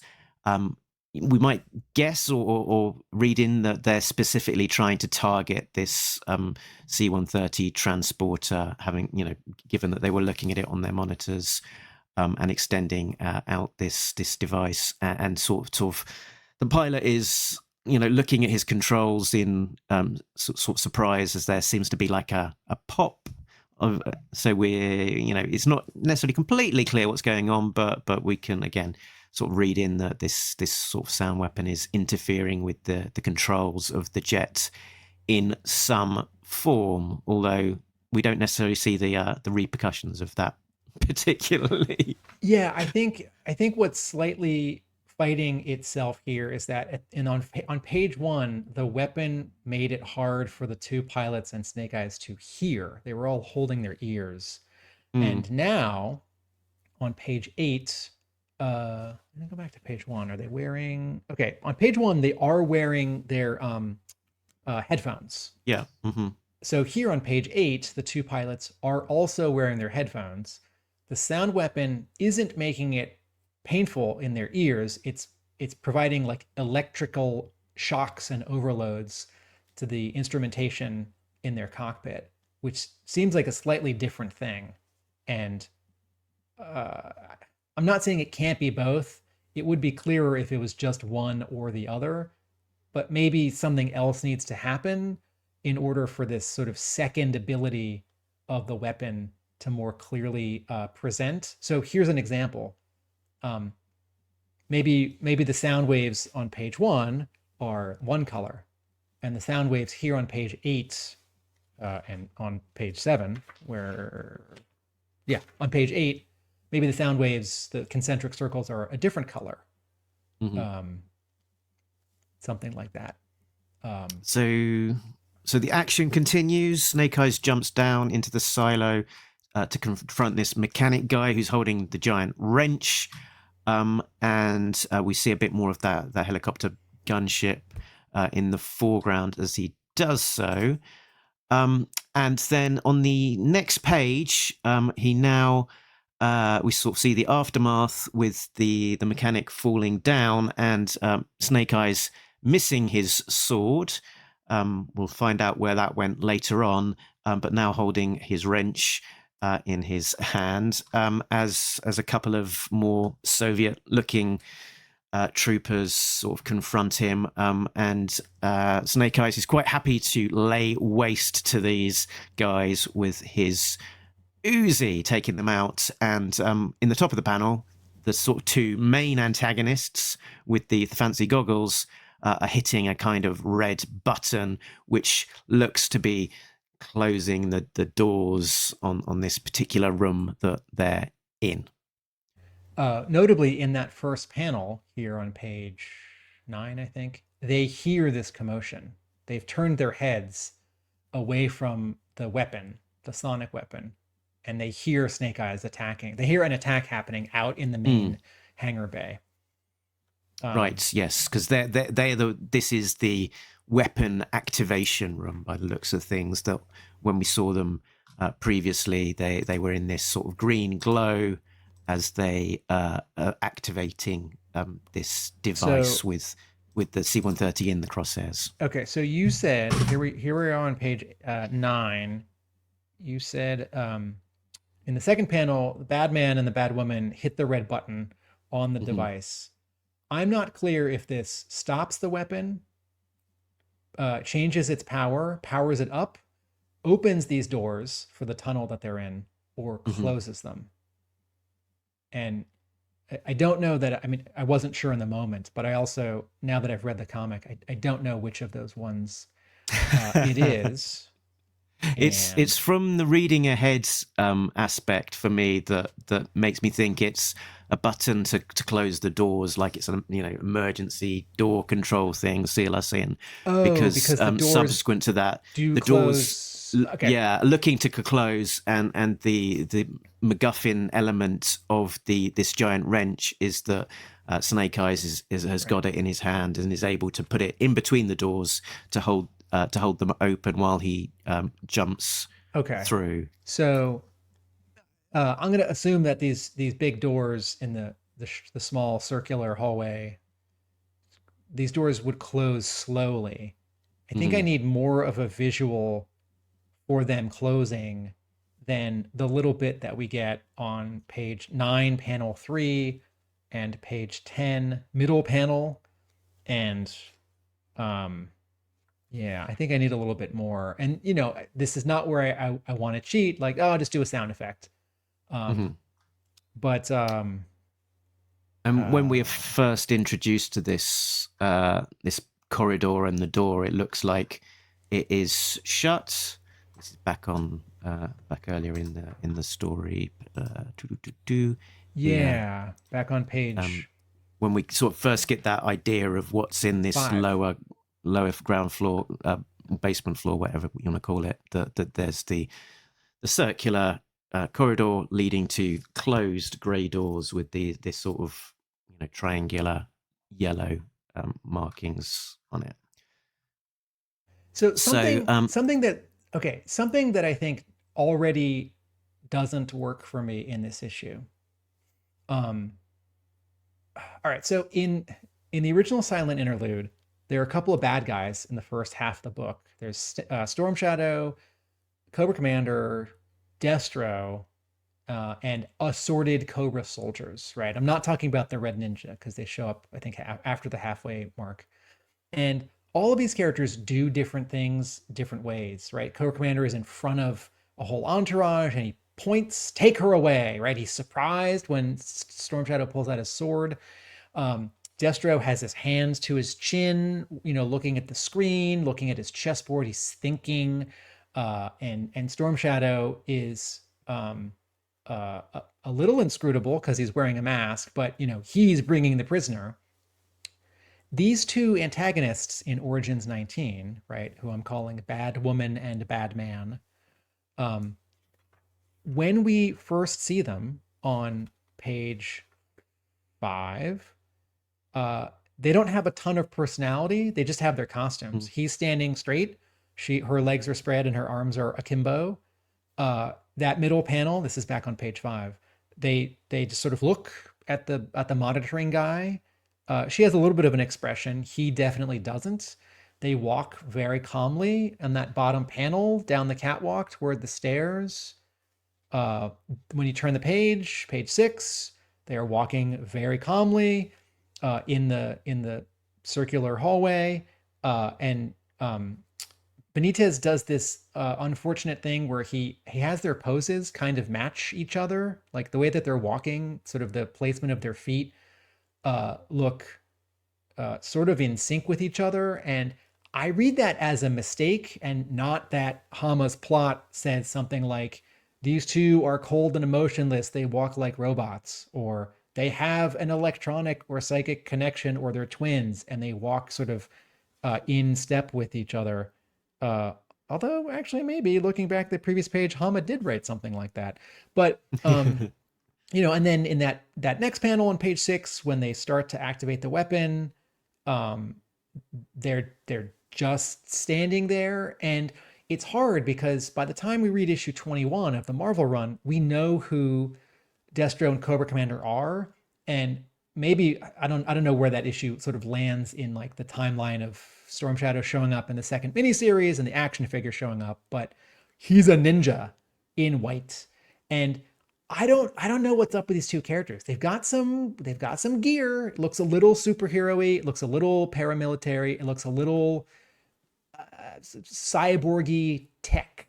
And you know, if they just had names, you know, if the inside front cover, in addition to a haiku, said, you know, introducing cool bad guy name and cool bad guy name. Now that's sort of cheating, right? But like, imagine if this was the same comic, but that was Xandar and Zarana, or Headman and Gristle, right? Or just pick any two antagonists, right? From G.I. Joe. You would have all this sort of context that it would have all this good baggage. You just know stuff already.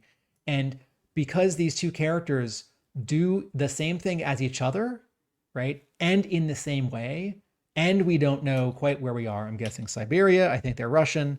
When they then turn back on, what is it, page 9, 10, I forget.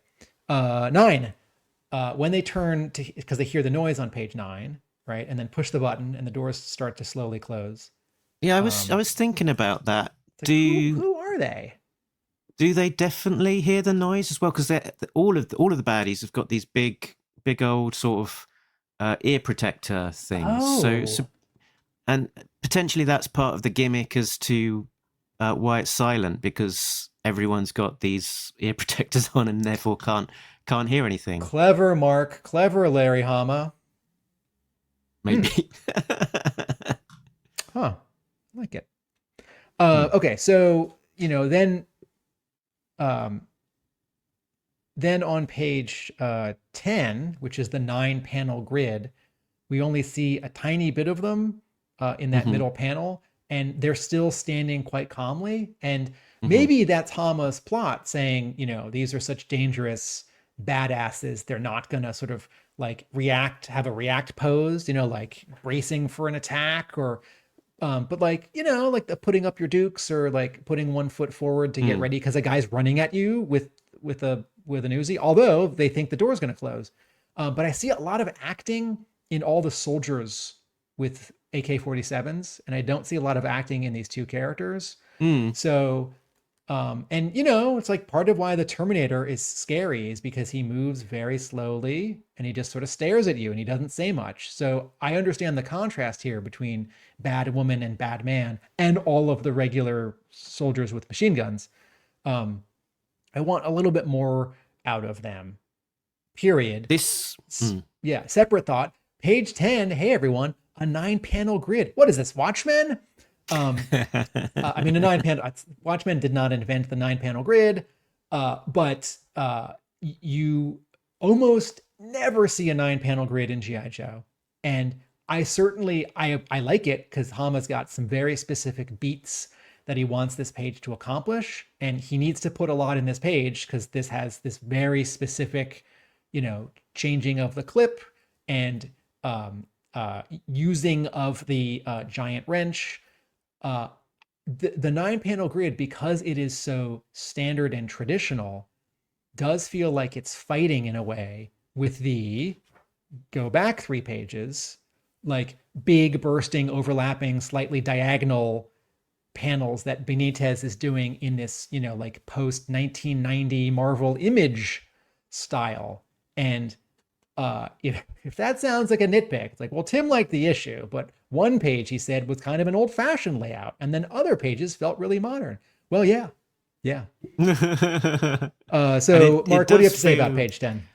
I was going to say this page feels like it's the one that's probably closest to Hama's layouts in terms of that 9-panel grid. You know, the more parallel lines of the borders and so on, but the specifics of the choreography of, you know, Snake Eyes throws the wrench in the air, and while in midair, he's ejecting the magazine of his Uzi and reloading, firing, grabbing the wrench, and then inserting it to hold the doors open, and then flipping upside down as he jumps through the through the doorway to shoot the remaining guards behind him. It sort of feels like a lot of thought has gone into this choreography, and specifically Hama level thought. I just want to reiterate something that you said on page 10. In the first 3 panels, Snake Eyes is flipping. He's doing a jump flip. He's letting one clip an empty clip leave his Uzi. He's putting the next clip in, right? So, because the reason why I'm calling this out is when Hama talked to me about this issue, then he called this out very specifically. Like, oh, Snake Eyes, he's only got 2 hands. He's got an Uzi, he's got a giant wrench, but he needs to change clips. That you can't do that with one hand. So while he's flipping midair, he lets go of the wrench. It's still flying midair. He changes the clips, and then he grabs the wrench again, right? So I feel like panels 1, 2, and 3 of this page 10, and then he lands, right? And then he keeps running. I feel like this is now me, Tim, again talking, not paraphrasing Larry Hama from 15 years ago. I feel like these 3 panels right here at the top of page 10, I might read too fast and sort of nod like, yeah, doing cool fight stuff. Yeah. But like, oh man, you got to slow down and really savor the complexity of this choreography here. And I feel like Benitez does a good job of keeping track of where Snake Eyes is. In that first panel on page 10, there's an arc in the background that represents the sort of outside of the hallway and the inside. And then there's no background for 2 panels. And then Hama reminds us of the C-130 that's in danger, right? Which is important because that's sort of what we're fighting for, right? Like air supremacy over this environment, or if they perfect this weapon here, they can deploy it everywhere. And then like it's the C-130 is still under attack. It's in danger. Yes. And Snake Eyes is going to have to do something about it. So it's a good thing to point out. Yes, it might crash because maybe those 2 pilots can't control it because the electronics have all been the avionics have all been fried. And then in this middle panel, Benitez draws a full background, and then very nicely from panel 5 to 6, full reverse angle, right? Looking one way down the hallway, looking the other way back down the hallway. And then Hama, like, again, has this very thoughtful, like, what is Snake Eyes specifically doing with this wrench in the bottom 3 panels? And I think Jay Brown does a good job here differentiating the color of sort of outside the tunnel and inside the tunnel. And again, there's this contrast in panels 8 and 9 between the 2 sort of regular soldiers with AK-47s who are surprised by Snake Eyes' amazing acrobatics. And then the final panel where Snake Eyes, mid-air, doing like the high bar gymnastic, right? Like as he's twirling over this wrench, fires back at them. But behind him are Bad Woman and Bad Man, again, standing. Oh, you know what? They're not that calm. They've started to react. Look at their legs. Okay. Well, anyway. And then Mark, page 11. So Snake Eyes is looking slightly less confident as he enters the room. He sort of comes skidding to a halt, but as Bad Man and Bad Woman level their pistols at him and fire, they miss, resulting in Snake Eyes being able to leap at them and do a double kick to their faces. Bash, bash, and knock them down.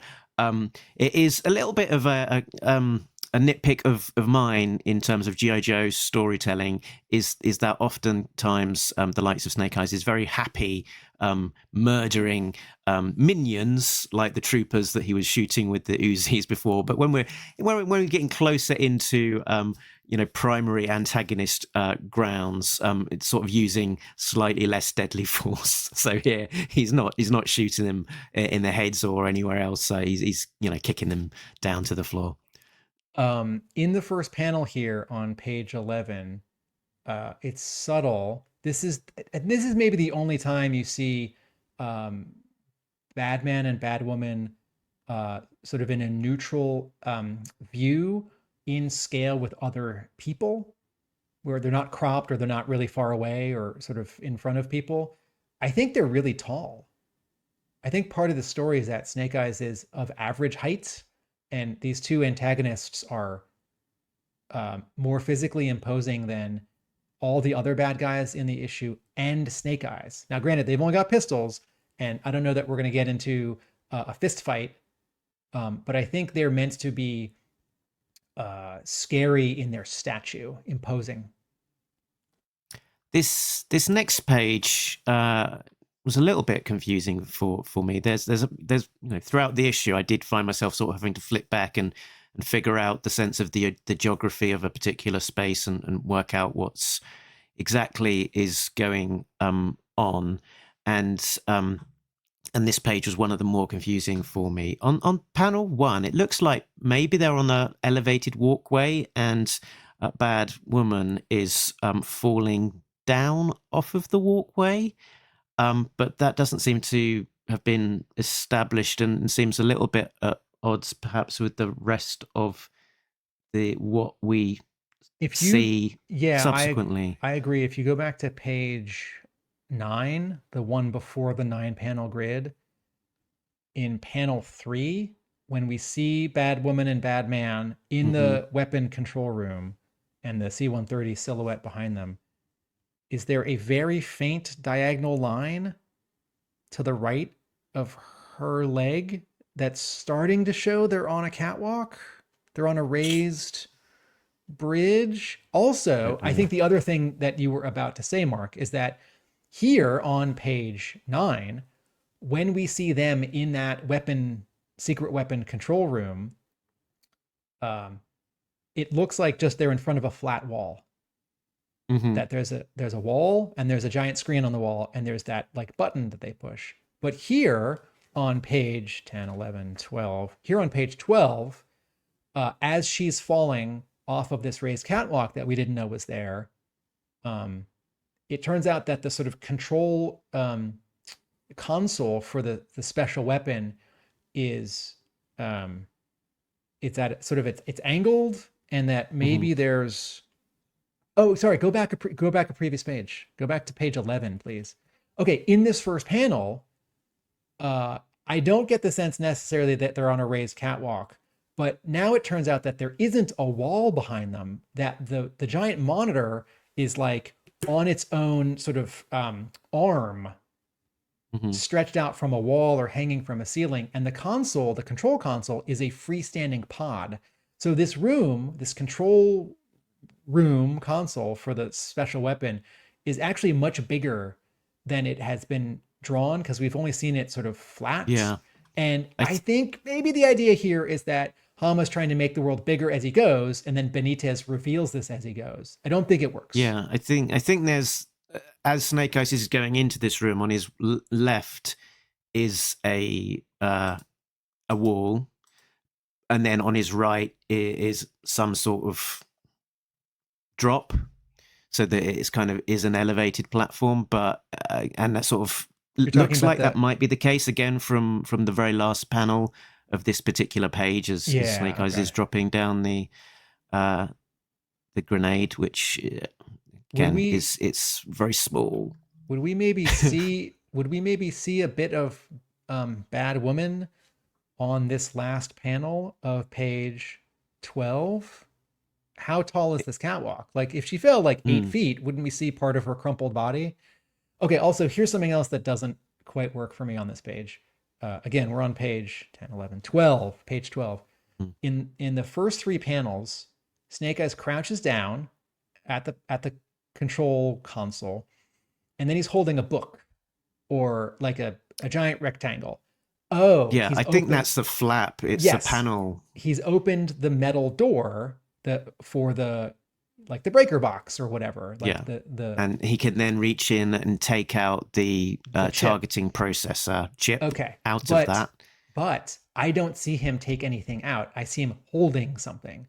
Maybe it as unclear as it is that he just pulled it out, I don't see him reach in. I don't see him grab anything. I don't see him tug.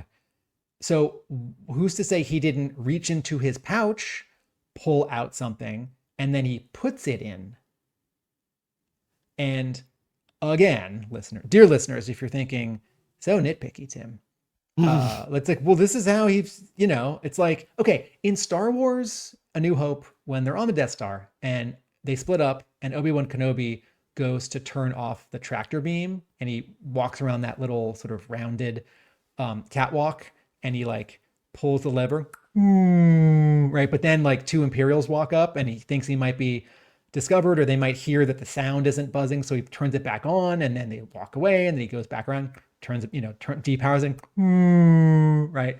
So I see him do the thing, and I don't exactly know what he's doing, and I don't like need to be able to see the computer screen or like have like a readout with like 10 red bars, and when it powers down, it goes down to 0 bars.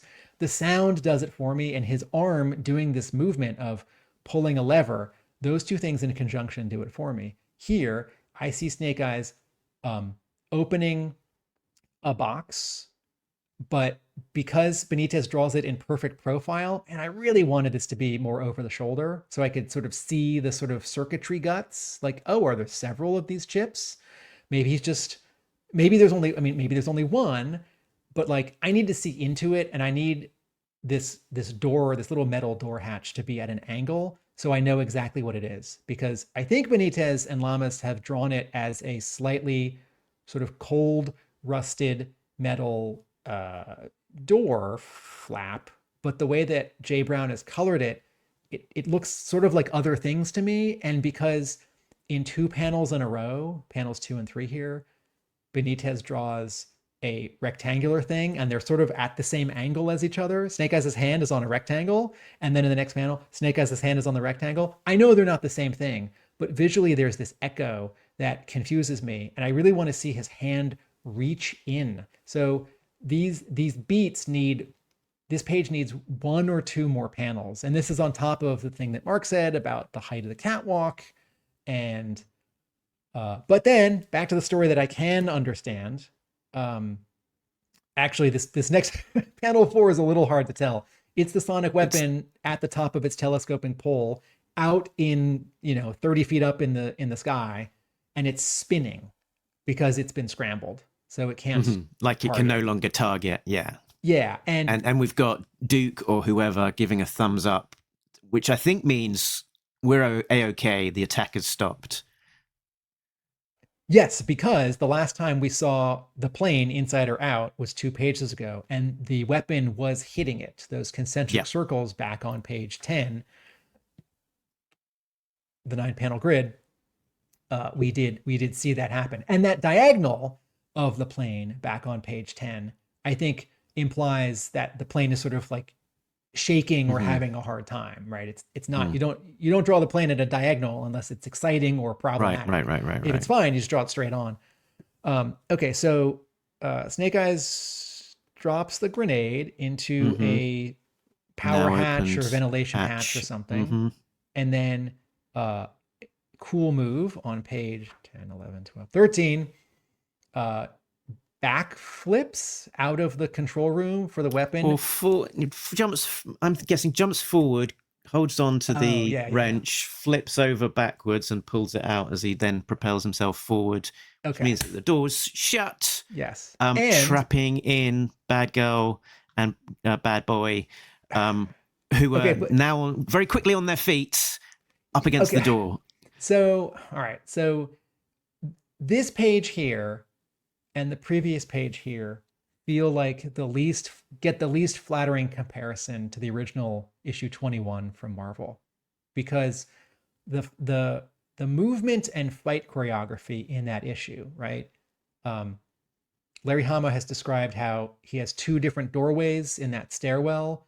One is sort of straight and one's curvy. So like where Snake Eyes and Storm Shadow and the Red Ninja are. They're very wow, folks. If you're listening to this, Mark just pulled up that page. That's great. And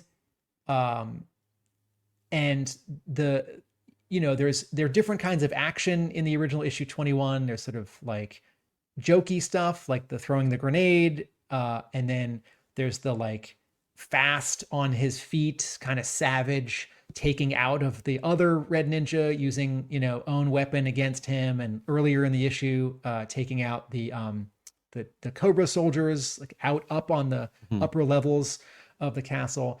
And Hama's sense of having Snake Eyes move from one level to another in the original issue 21 is so clear. And if it's a little unclear, it sort of skips along and you get it. It's not unclear, right? It doesn't need like 10 more panels to show Snake Eyes going like up another staircase. Here, these two panels on the top of page 13.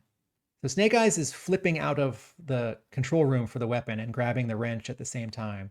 And it's a little hard to see because it's so small and the coloring is a little bit murky, but Bad Man is sort of rushing toward the door. And then in the next panel, panel 2, here on page 13, we're back inside. The doors have slammed shut, and there's sort of an effect line to show that they've shut. And both of them are sort of hitting the door and slamming the door with their fists, like, "Oh, no, let us out," or "Oh no, we almost made it. Rat, the door closed." And that's just a very small amount of space to be able to visually impart all that information. And I did not see Bad Man in panel 1 until now when we did the episode. Right. And then the explosion happens, and 1, 2, 3, 4, 5, 6. There are 6 panels on this page, and I feel like a different layout. I think you can get all 6 of these story beats onto one page. I don't know that it wants to be these shapes and sizes. I think maybe giving a full third of the page to the explosion with Snake Eyes in this tunnel. I think maybe that wants to like move over and be half the size so that some other panels can get some more space. Because I really want to enjoy that Snake Eyes is so clever and savage that he got out and trapped these two, terrible villains with his grenade while also taking out the weapon. And then, Mark, what does he do on the bottom half of the page? Before he gets all the way out, he... I don't know what you're asking me to say to him. He throws grenades to the... right, okay. Back out into the main hangar. And where we've got 6... the 3 grenades that we had introduced at the beginning of the story, and keeping track of the gear. 1 grenade down into that green room underneath the grid, and the remaining 2 out of the circular walkway thing to take out these guys with their AK-47s. And boom, boom. Explosions either side of Snake Eyes as he's crouching, seeing both of those.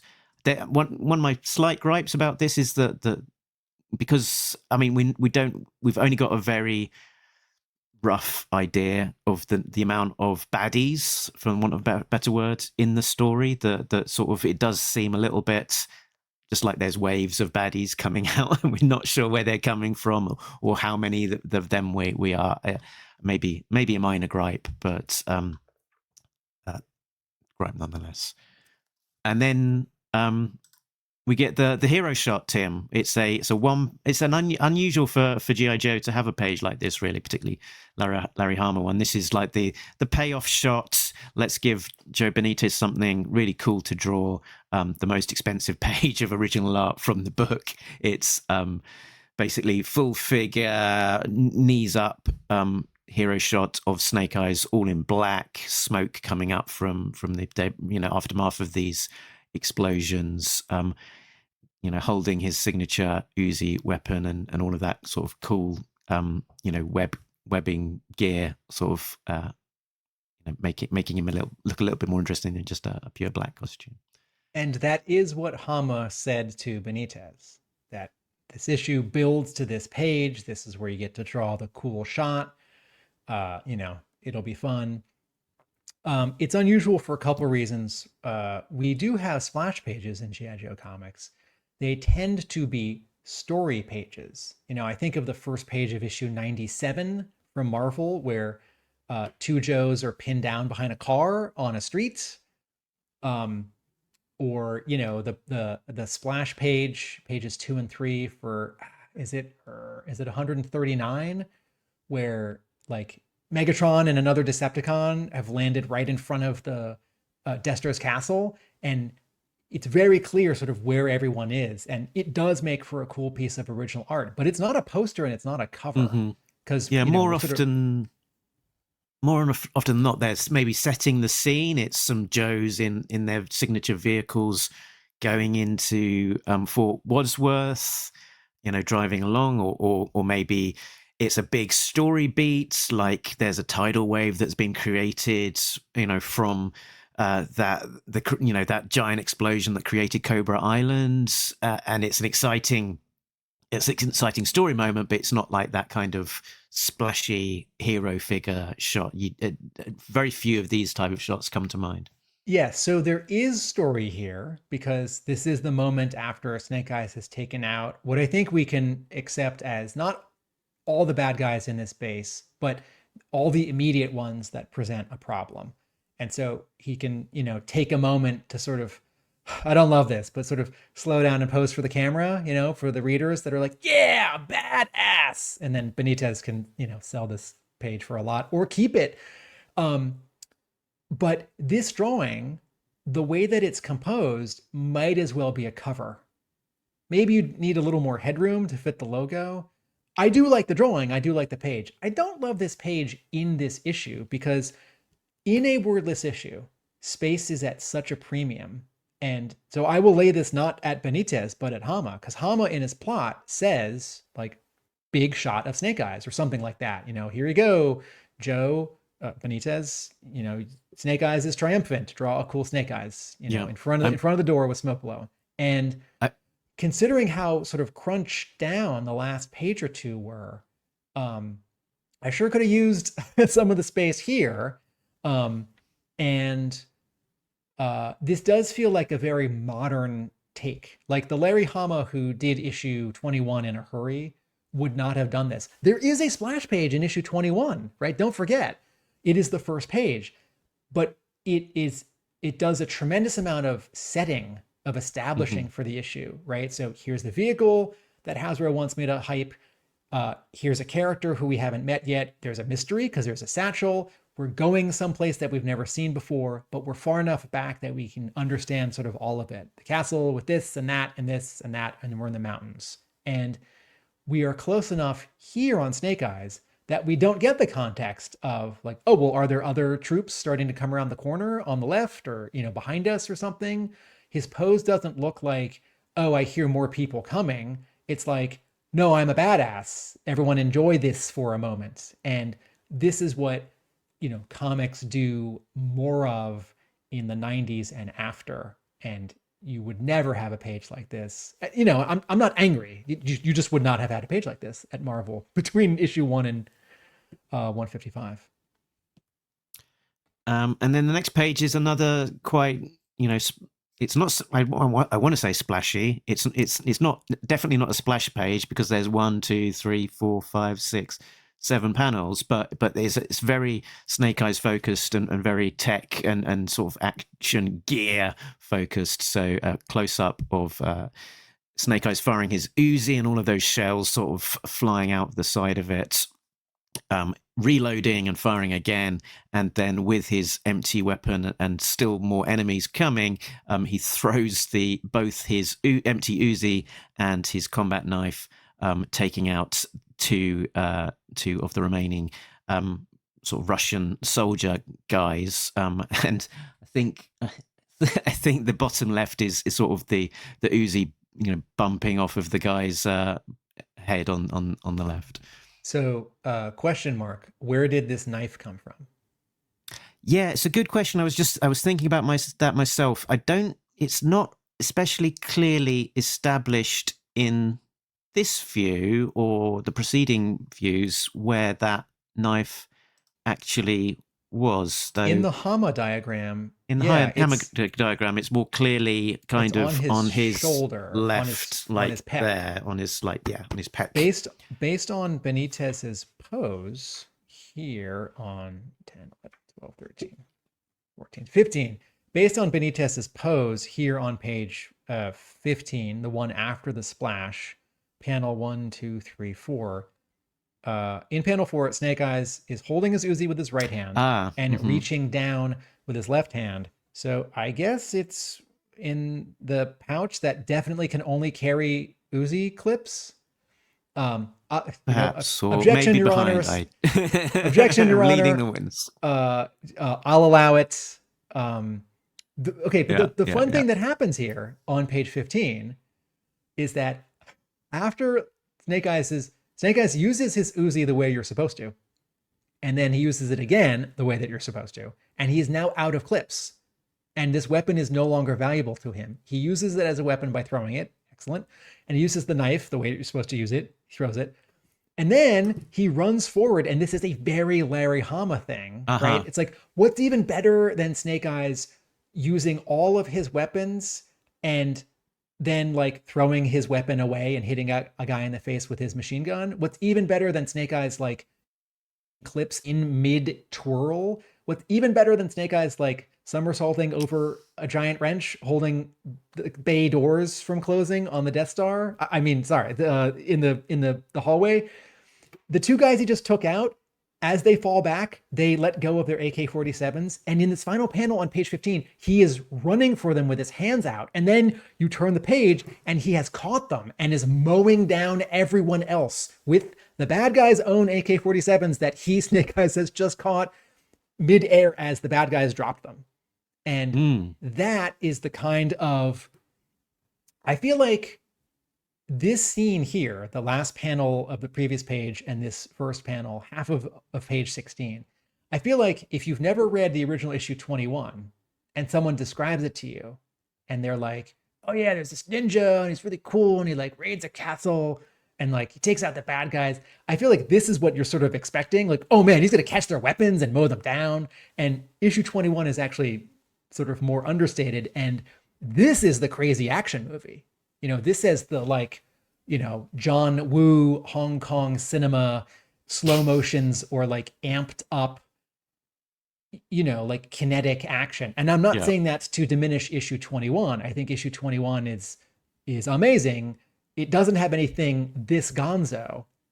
And now that I have said how much I love this bit of choreography with catching the bad guy's own weapons when he's out of weapons, although Snake Eyes is a weapon. I will critique this page because I think the choreography of the bottom half of the page, Snake Eyes jumps up onto the, like the platform for repairing the helicopter. He jumps onto the platform, jumps onto the helicopter and then jumps up outside out of the sort of dome bay doors out onto the snow. I feel like that is more important in terms of story. It is not as exciting as the big half-page splash panel above of Snake Eyes shooting a bunch of guys with two machine guns. And someone once told me you can't really fire two pistols at the same time or two machine guns at the same time with any accuracy. It's too hard. They move too much. But for action movies and comic books, objection, Your Honor, sustained, I'll allow it. But as cool as this top panel is, I think it needs to be smaller so that Benitez can really hit home what is happening on the bottom half of the panel page. It's not unclear. It is clear. I think it'd be clearer. I'd be more satisfied in reading this, like, because let me look at I phrase it in a way that I like in my notes. Panel 1 is the least important, but it gets the most, it's the least important story-wise, but it gets the most space, whereas the later panels on this page are the most important story-wise. Like, story-wise, it's not that important that he kills the rest of the guys. Like, we sort of assumed that was going to happen, and actually, it's not that clear that he definitely kills. I mean, he kills enough of them just to be able to get away. That's actually what the story is, right? So he's fleeing because we don't know how many other guys there are. We don't know how close they are. We don't know how many bullets are left in these AK-47s. And there are enough of them there, right, that they are able to chase him on skidoos. Hero exits, pursued by skidoos, as Shakespeare once wrote. And they sort of are making a point on sort of this page and then the next, probably more so in that this shot of Snake Eyes full figure on the left, that he is out of his gear. He has lost his sword. He's lost his Uzi and used up all of his ammunition. He has no longer got any grenades, and he has also not got those AKs that he had picked up previously. But we discover as well that Bad Man, Bad Lady are still alive. They must have snuck into a protective. What would you call this space that they've gone into? A sort of under the Basement. walkway. Oh, conduit. Yeah, so there's a space. There's a sort of a space underneath the walkway where the explosives went off. That sort of got a protective, doorway to it that they've been able to sneak into and escape the explosion. So it's go. Oh no. Very specifically, they're peeking out to see they're in the main room where the helicopter is. That's what that wheel Right. is. Okay. So it's like an alternate kind of access to where they were when the explosion went off. That they, it's There are pipes.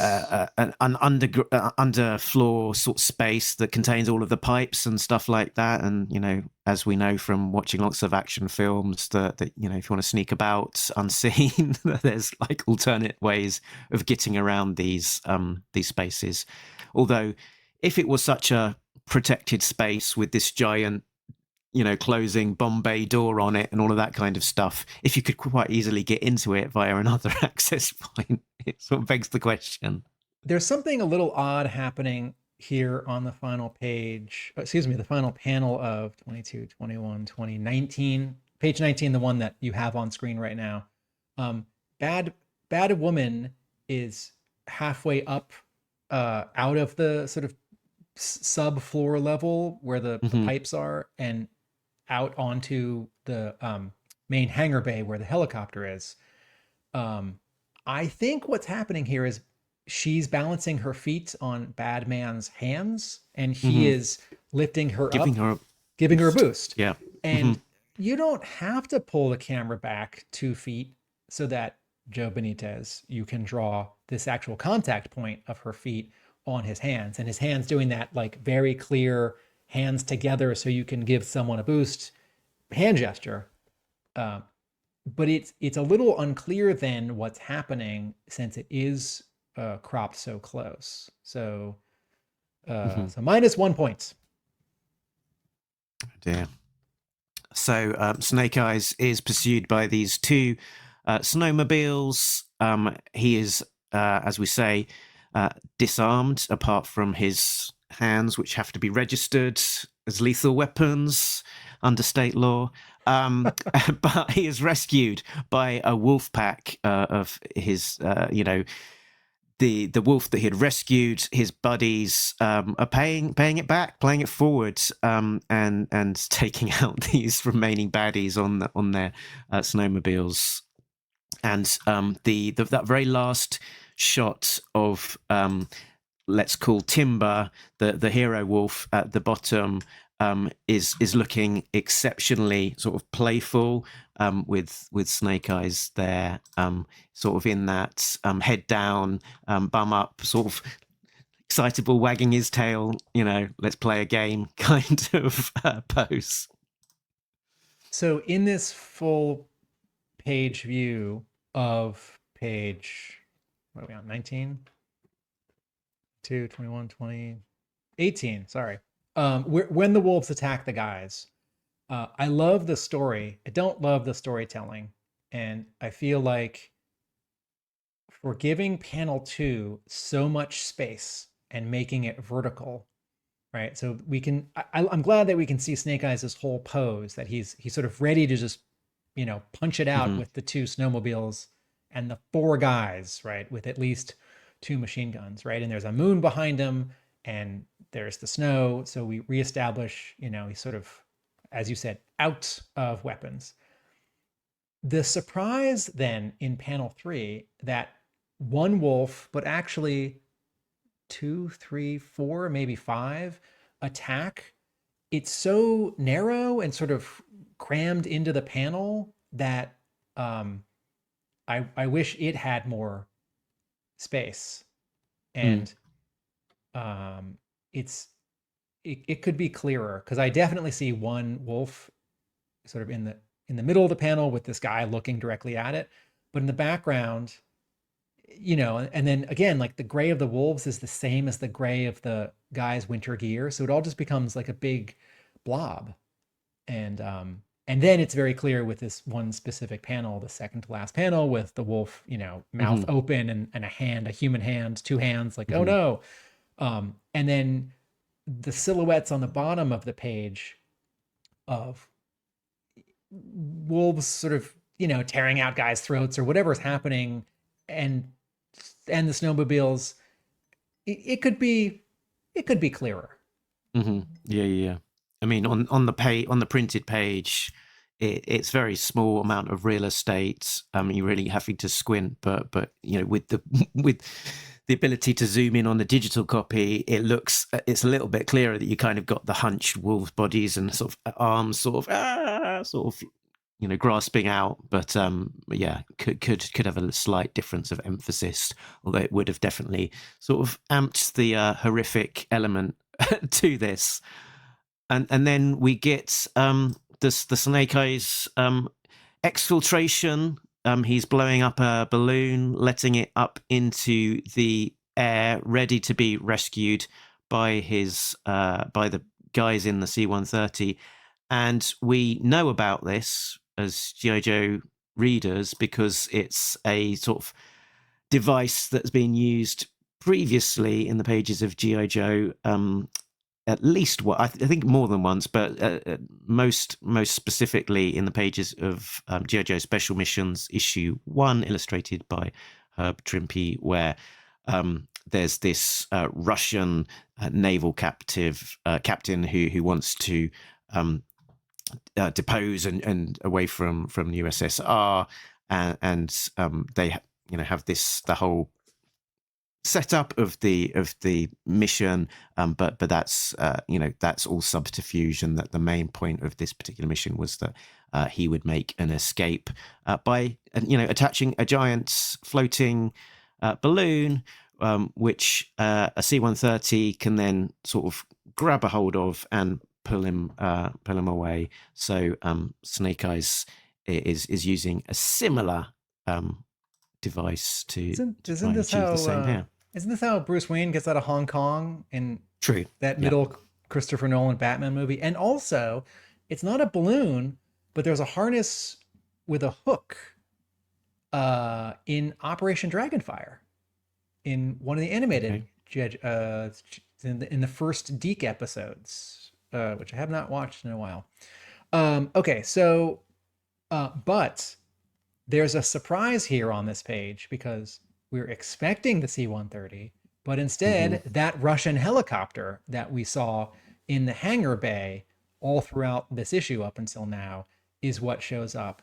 And I think what throws me off here, I get it. Okay.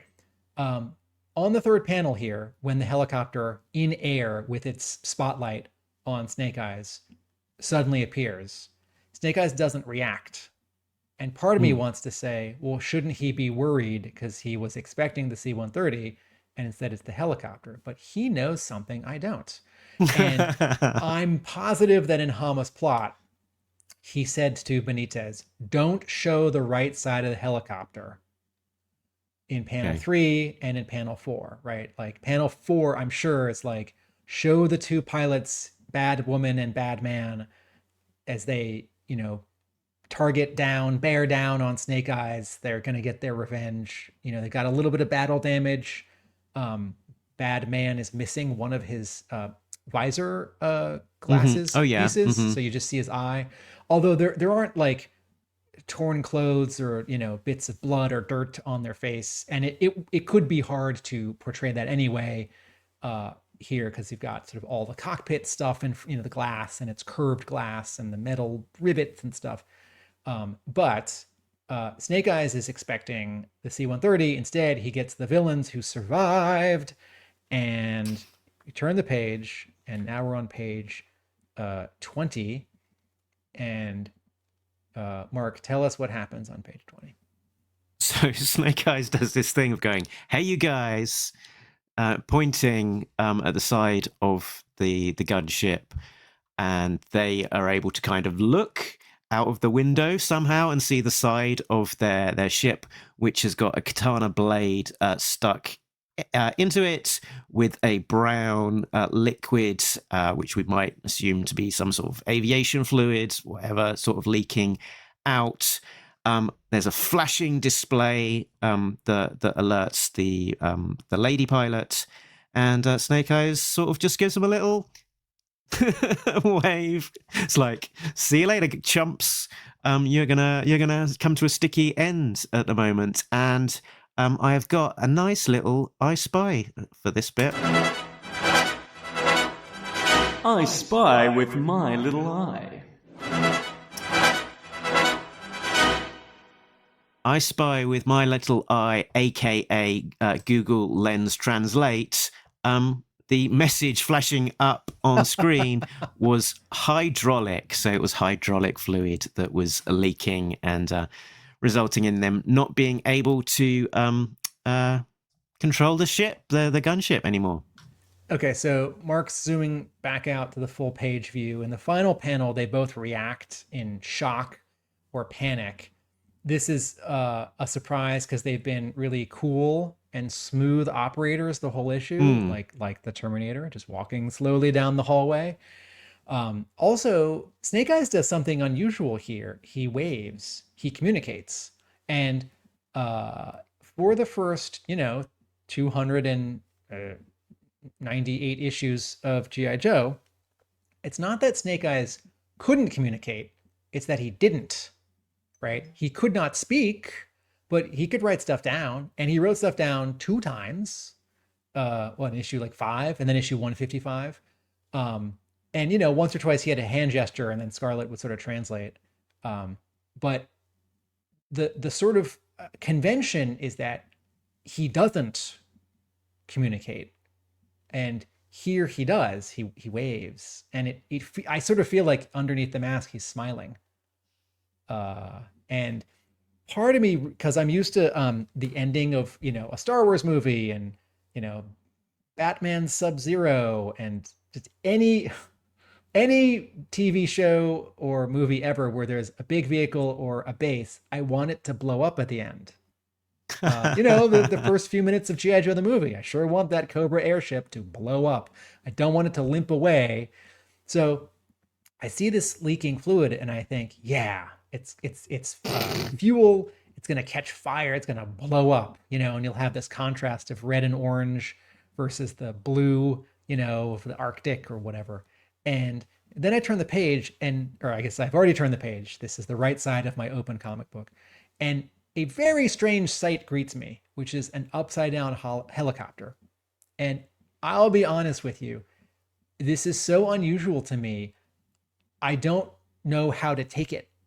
That I sort of, when I get to this page, when I read this comic, I think like, oh, is this a printing error? Or did Joe Benitez draw this wrong? Or can helicopters actually go upside down? Or what does it take to make a helicopter go upside down?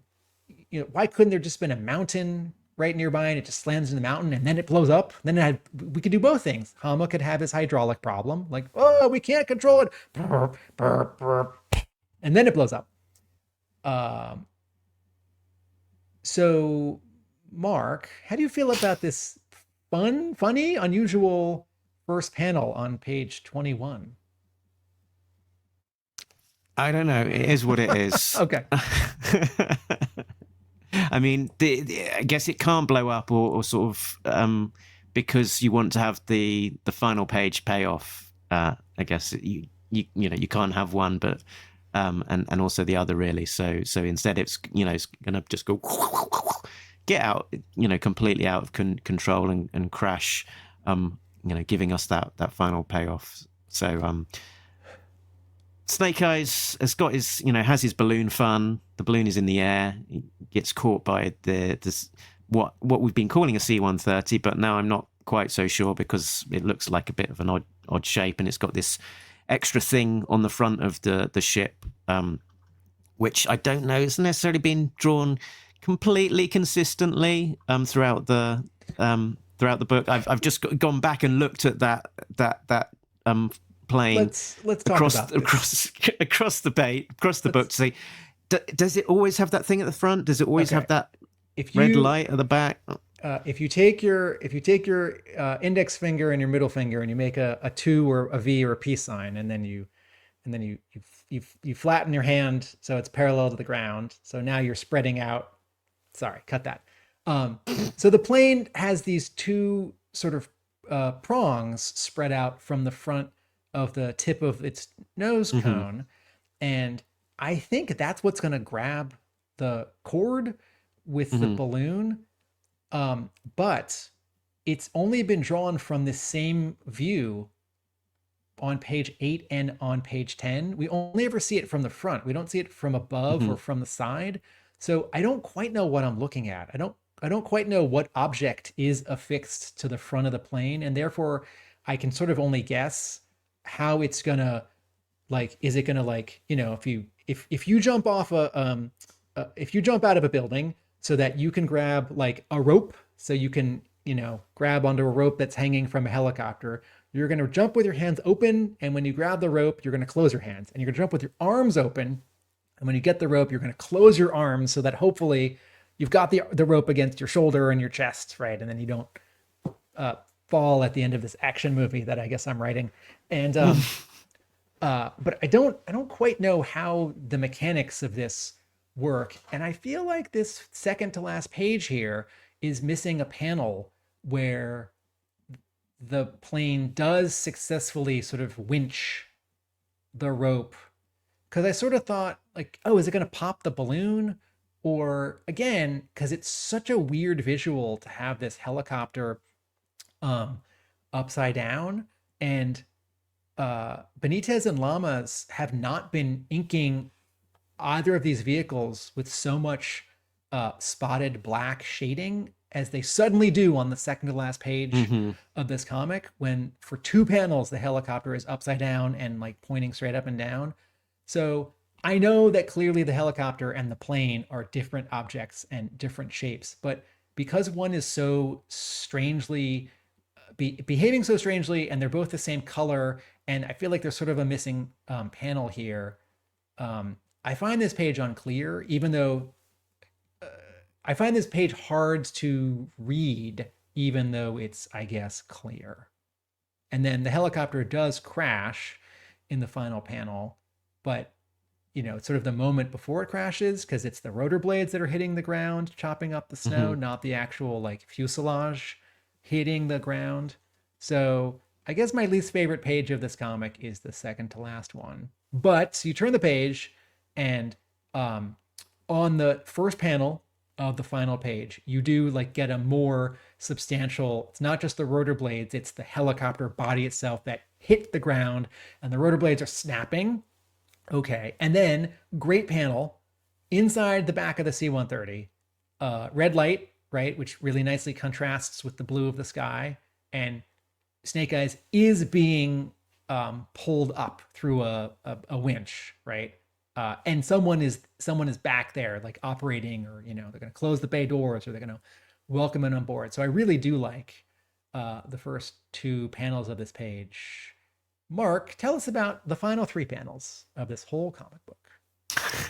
So we have our main antagonist, bad man, bad lady, upside down in that helicopter.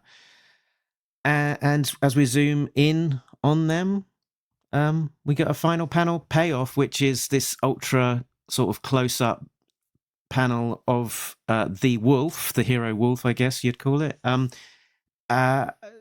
mouth open, growling, and this guy looking, bloodied up and somewhat terrified. And we are, I guess, fully expecting that the panel if there was one following this one, which would be the wolf tearing this guy apart, essentially. So we're left on this climactic moment of the moment just before this, bout of bloody violence that will be unleashed upon these the two villains.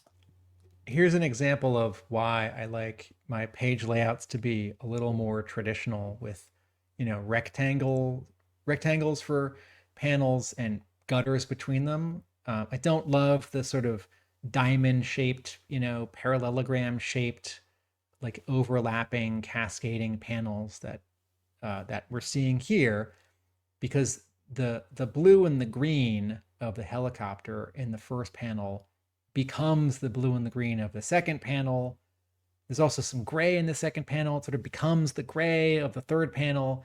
And I feel like these are separate moments. I think if this was a movie, the camera would be slowly zooming in or tracking in on the helicopter, and you can see the two evil pilots, and you get closer and closer, and then the camera sort of turns on the guy, and then you hear the sound, and the wolf is suddenly in the shot.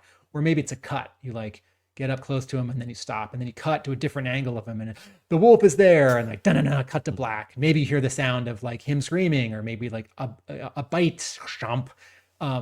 These three panels become, because they're overlapping, because there's no white strip between them for a gutter, because the color, the rendering is and the wolf's all shiny for some reason.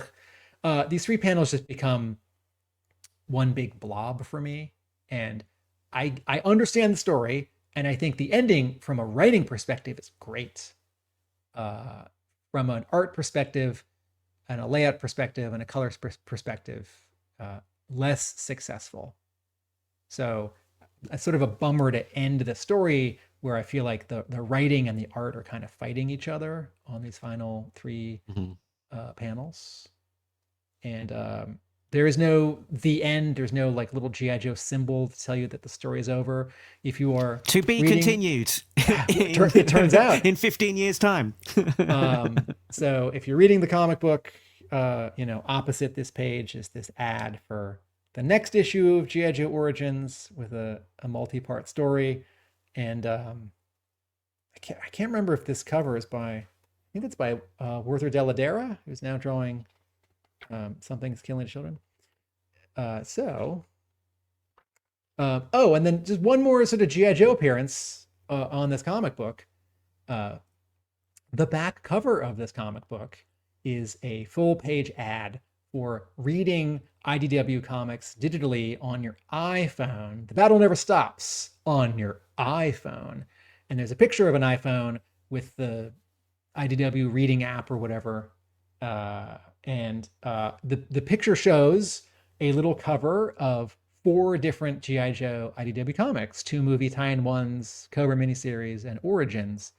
And I think at the time when IDW was running these ads to read comics on your iPhone, I think if you bought a Transformers comic, maybe this picture here had Transformers comics on it. So I don't want to say everyone who bought IDW comics that month was treated to 4 little G.I. Joe covers on the back cover. I don't think it was that necessarily. But I do appreciate any time G.I. Joe makes one more appearance in or on a comic book. So, Mark, any parting thoughts for this issue of, man, we've gone a long time. Yeah, I mean, I think I sort of started our deep dive discussion into this with my concluding thoughts almost, that it's a fun adventure jaunt, but it kind of lacks a little bit of the weight and the substance and the so what components that kind of make it a little bit more of a classic. And I guess by having a sequel to it, it does somewhat mitigate that a little bit, that there is a bit more meaning behind it, that, hey, this was that story that then had a sequel all of those years later. That was that really great issue by Chris Mooneyham that was published in October 2025. I'm projecting a little bit there forward. So yeah, I think that aspect of it is interesting and so unusual as well, that you get this return back to this issue so so much later, and to the side in terms of the continuity. So that for me now is probably the most fascinating aspect of this whole story. Hama has brought some characters back many, many years later. And at Devil's Due, the Devil's Due writers brought some Hama characters back many, many years later. Captain Min, the White Clown, Wingfield. I'm mixing these two together here, Hama and non-Hama. So on the one hand, this is really surprising. Now, on the other hand, Hama has done this many times before. I'll point out one last difference between this comic and other wordless G.I. Joe comics. I don't remember exactly when the page count of modern comics went from 22, which I like, to 20 pages, which I don't like. But this issue of G.I. Joe Origins is 22 pages. And I always enjoy G.I. Joe comics that are 2 pages longer. And I still, even now, like 6 or 8 years into the era of 20-page comics from all the publishers, I still feel like I can often sort of tell that a story could have breathed a little bit more, or could have had like another beat if only it was 22 pages and not 20. So I was sort of reading this like already grumpy, like it's only 20 pages. And then I got to the end and I counted it. And it's 22. Good for me. Bring it all back to G.I. Joe. There was and the sort of the changing of the guard in terms of the number of pages in a standard comic. Kirkman, I guess Skybound, Energon Universe showrunner, Robert Kirkman, sort of seemed to take credit for the reduction of number of pages for a standard comic book. He noticed it was something that Eric Larson had done on occasion for the Savage Dragon, and to help his artist, I believe, on Invincible, decided to just reduce a page. And it's like, well, if you're reducing from say 22 to 20 pages, that's 2 pages a month, and if you do that for over the course of a year, that gives you enough space to do one extra issue, or at least give your artist the space to have done an equivalent of an extra issue, or cram in some extra work or whatever. And so he started introducing that as standard. And then when he explained the economics of it to Tom Brufort at Marvel, who was editing Marvel 2-in-1 that he was writing at the time, and wanted to introduce this same thing into of a reduced page count, sort of was skeptical at first, but then was brought around to it. From the publishing win-win of very little impact to the customer, but quite a big impact for the publisher. And after that point, it was pretty much rolled out as standard over the course of the next year. So that's a story that Robert Kirkman talks about in his interview with David Harper for the Sketched podcast, which was a very good listen. So I would urge people to seek that one out. Thank you for that added fact, Mark. I didn't know that. If I may fact check you, I think you said Marvel 2-in-1. I think you meant Marvel Team Up. Oh, thank you. Yeah, Marvel Team Up.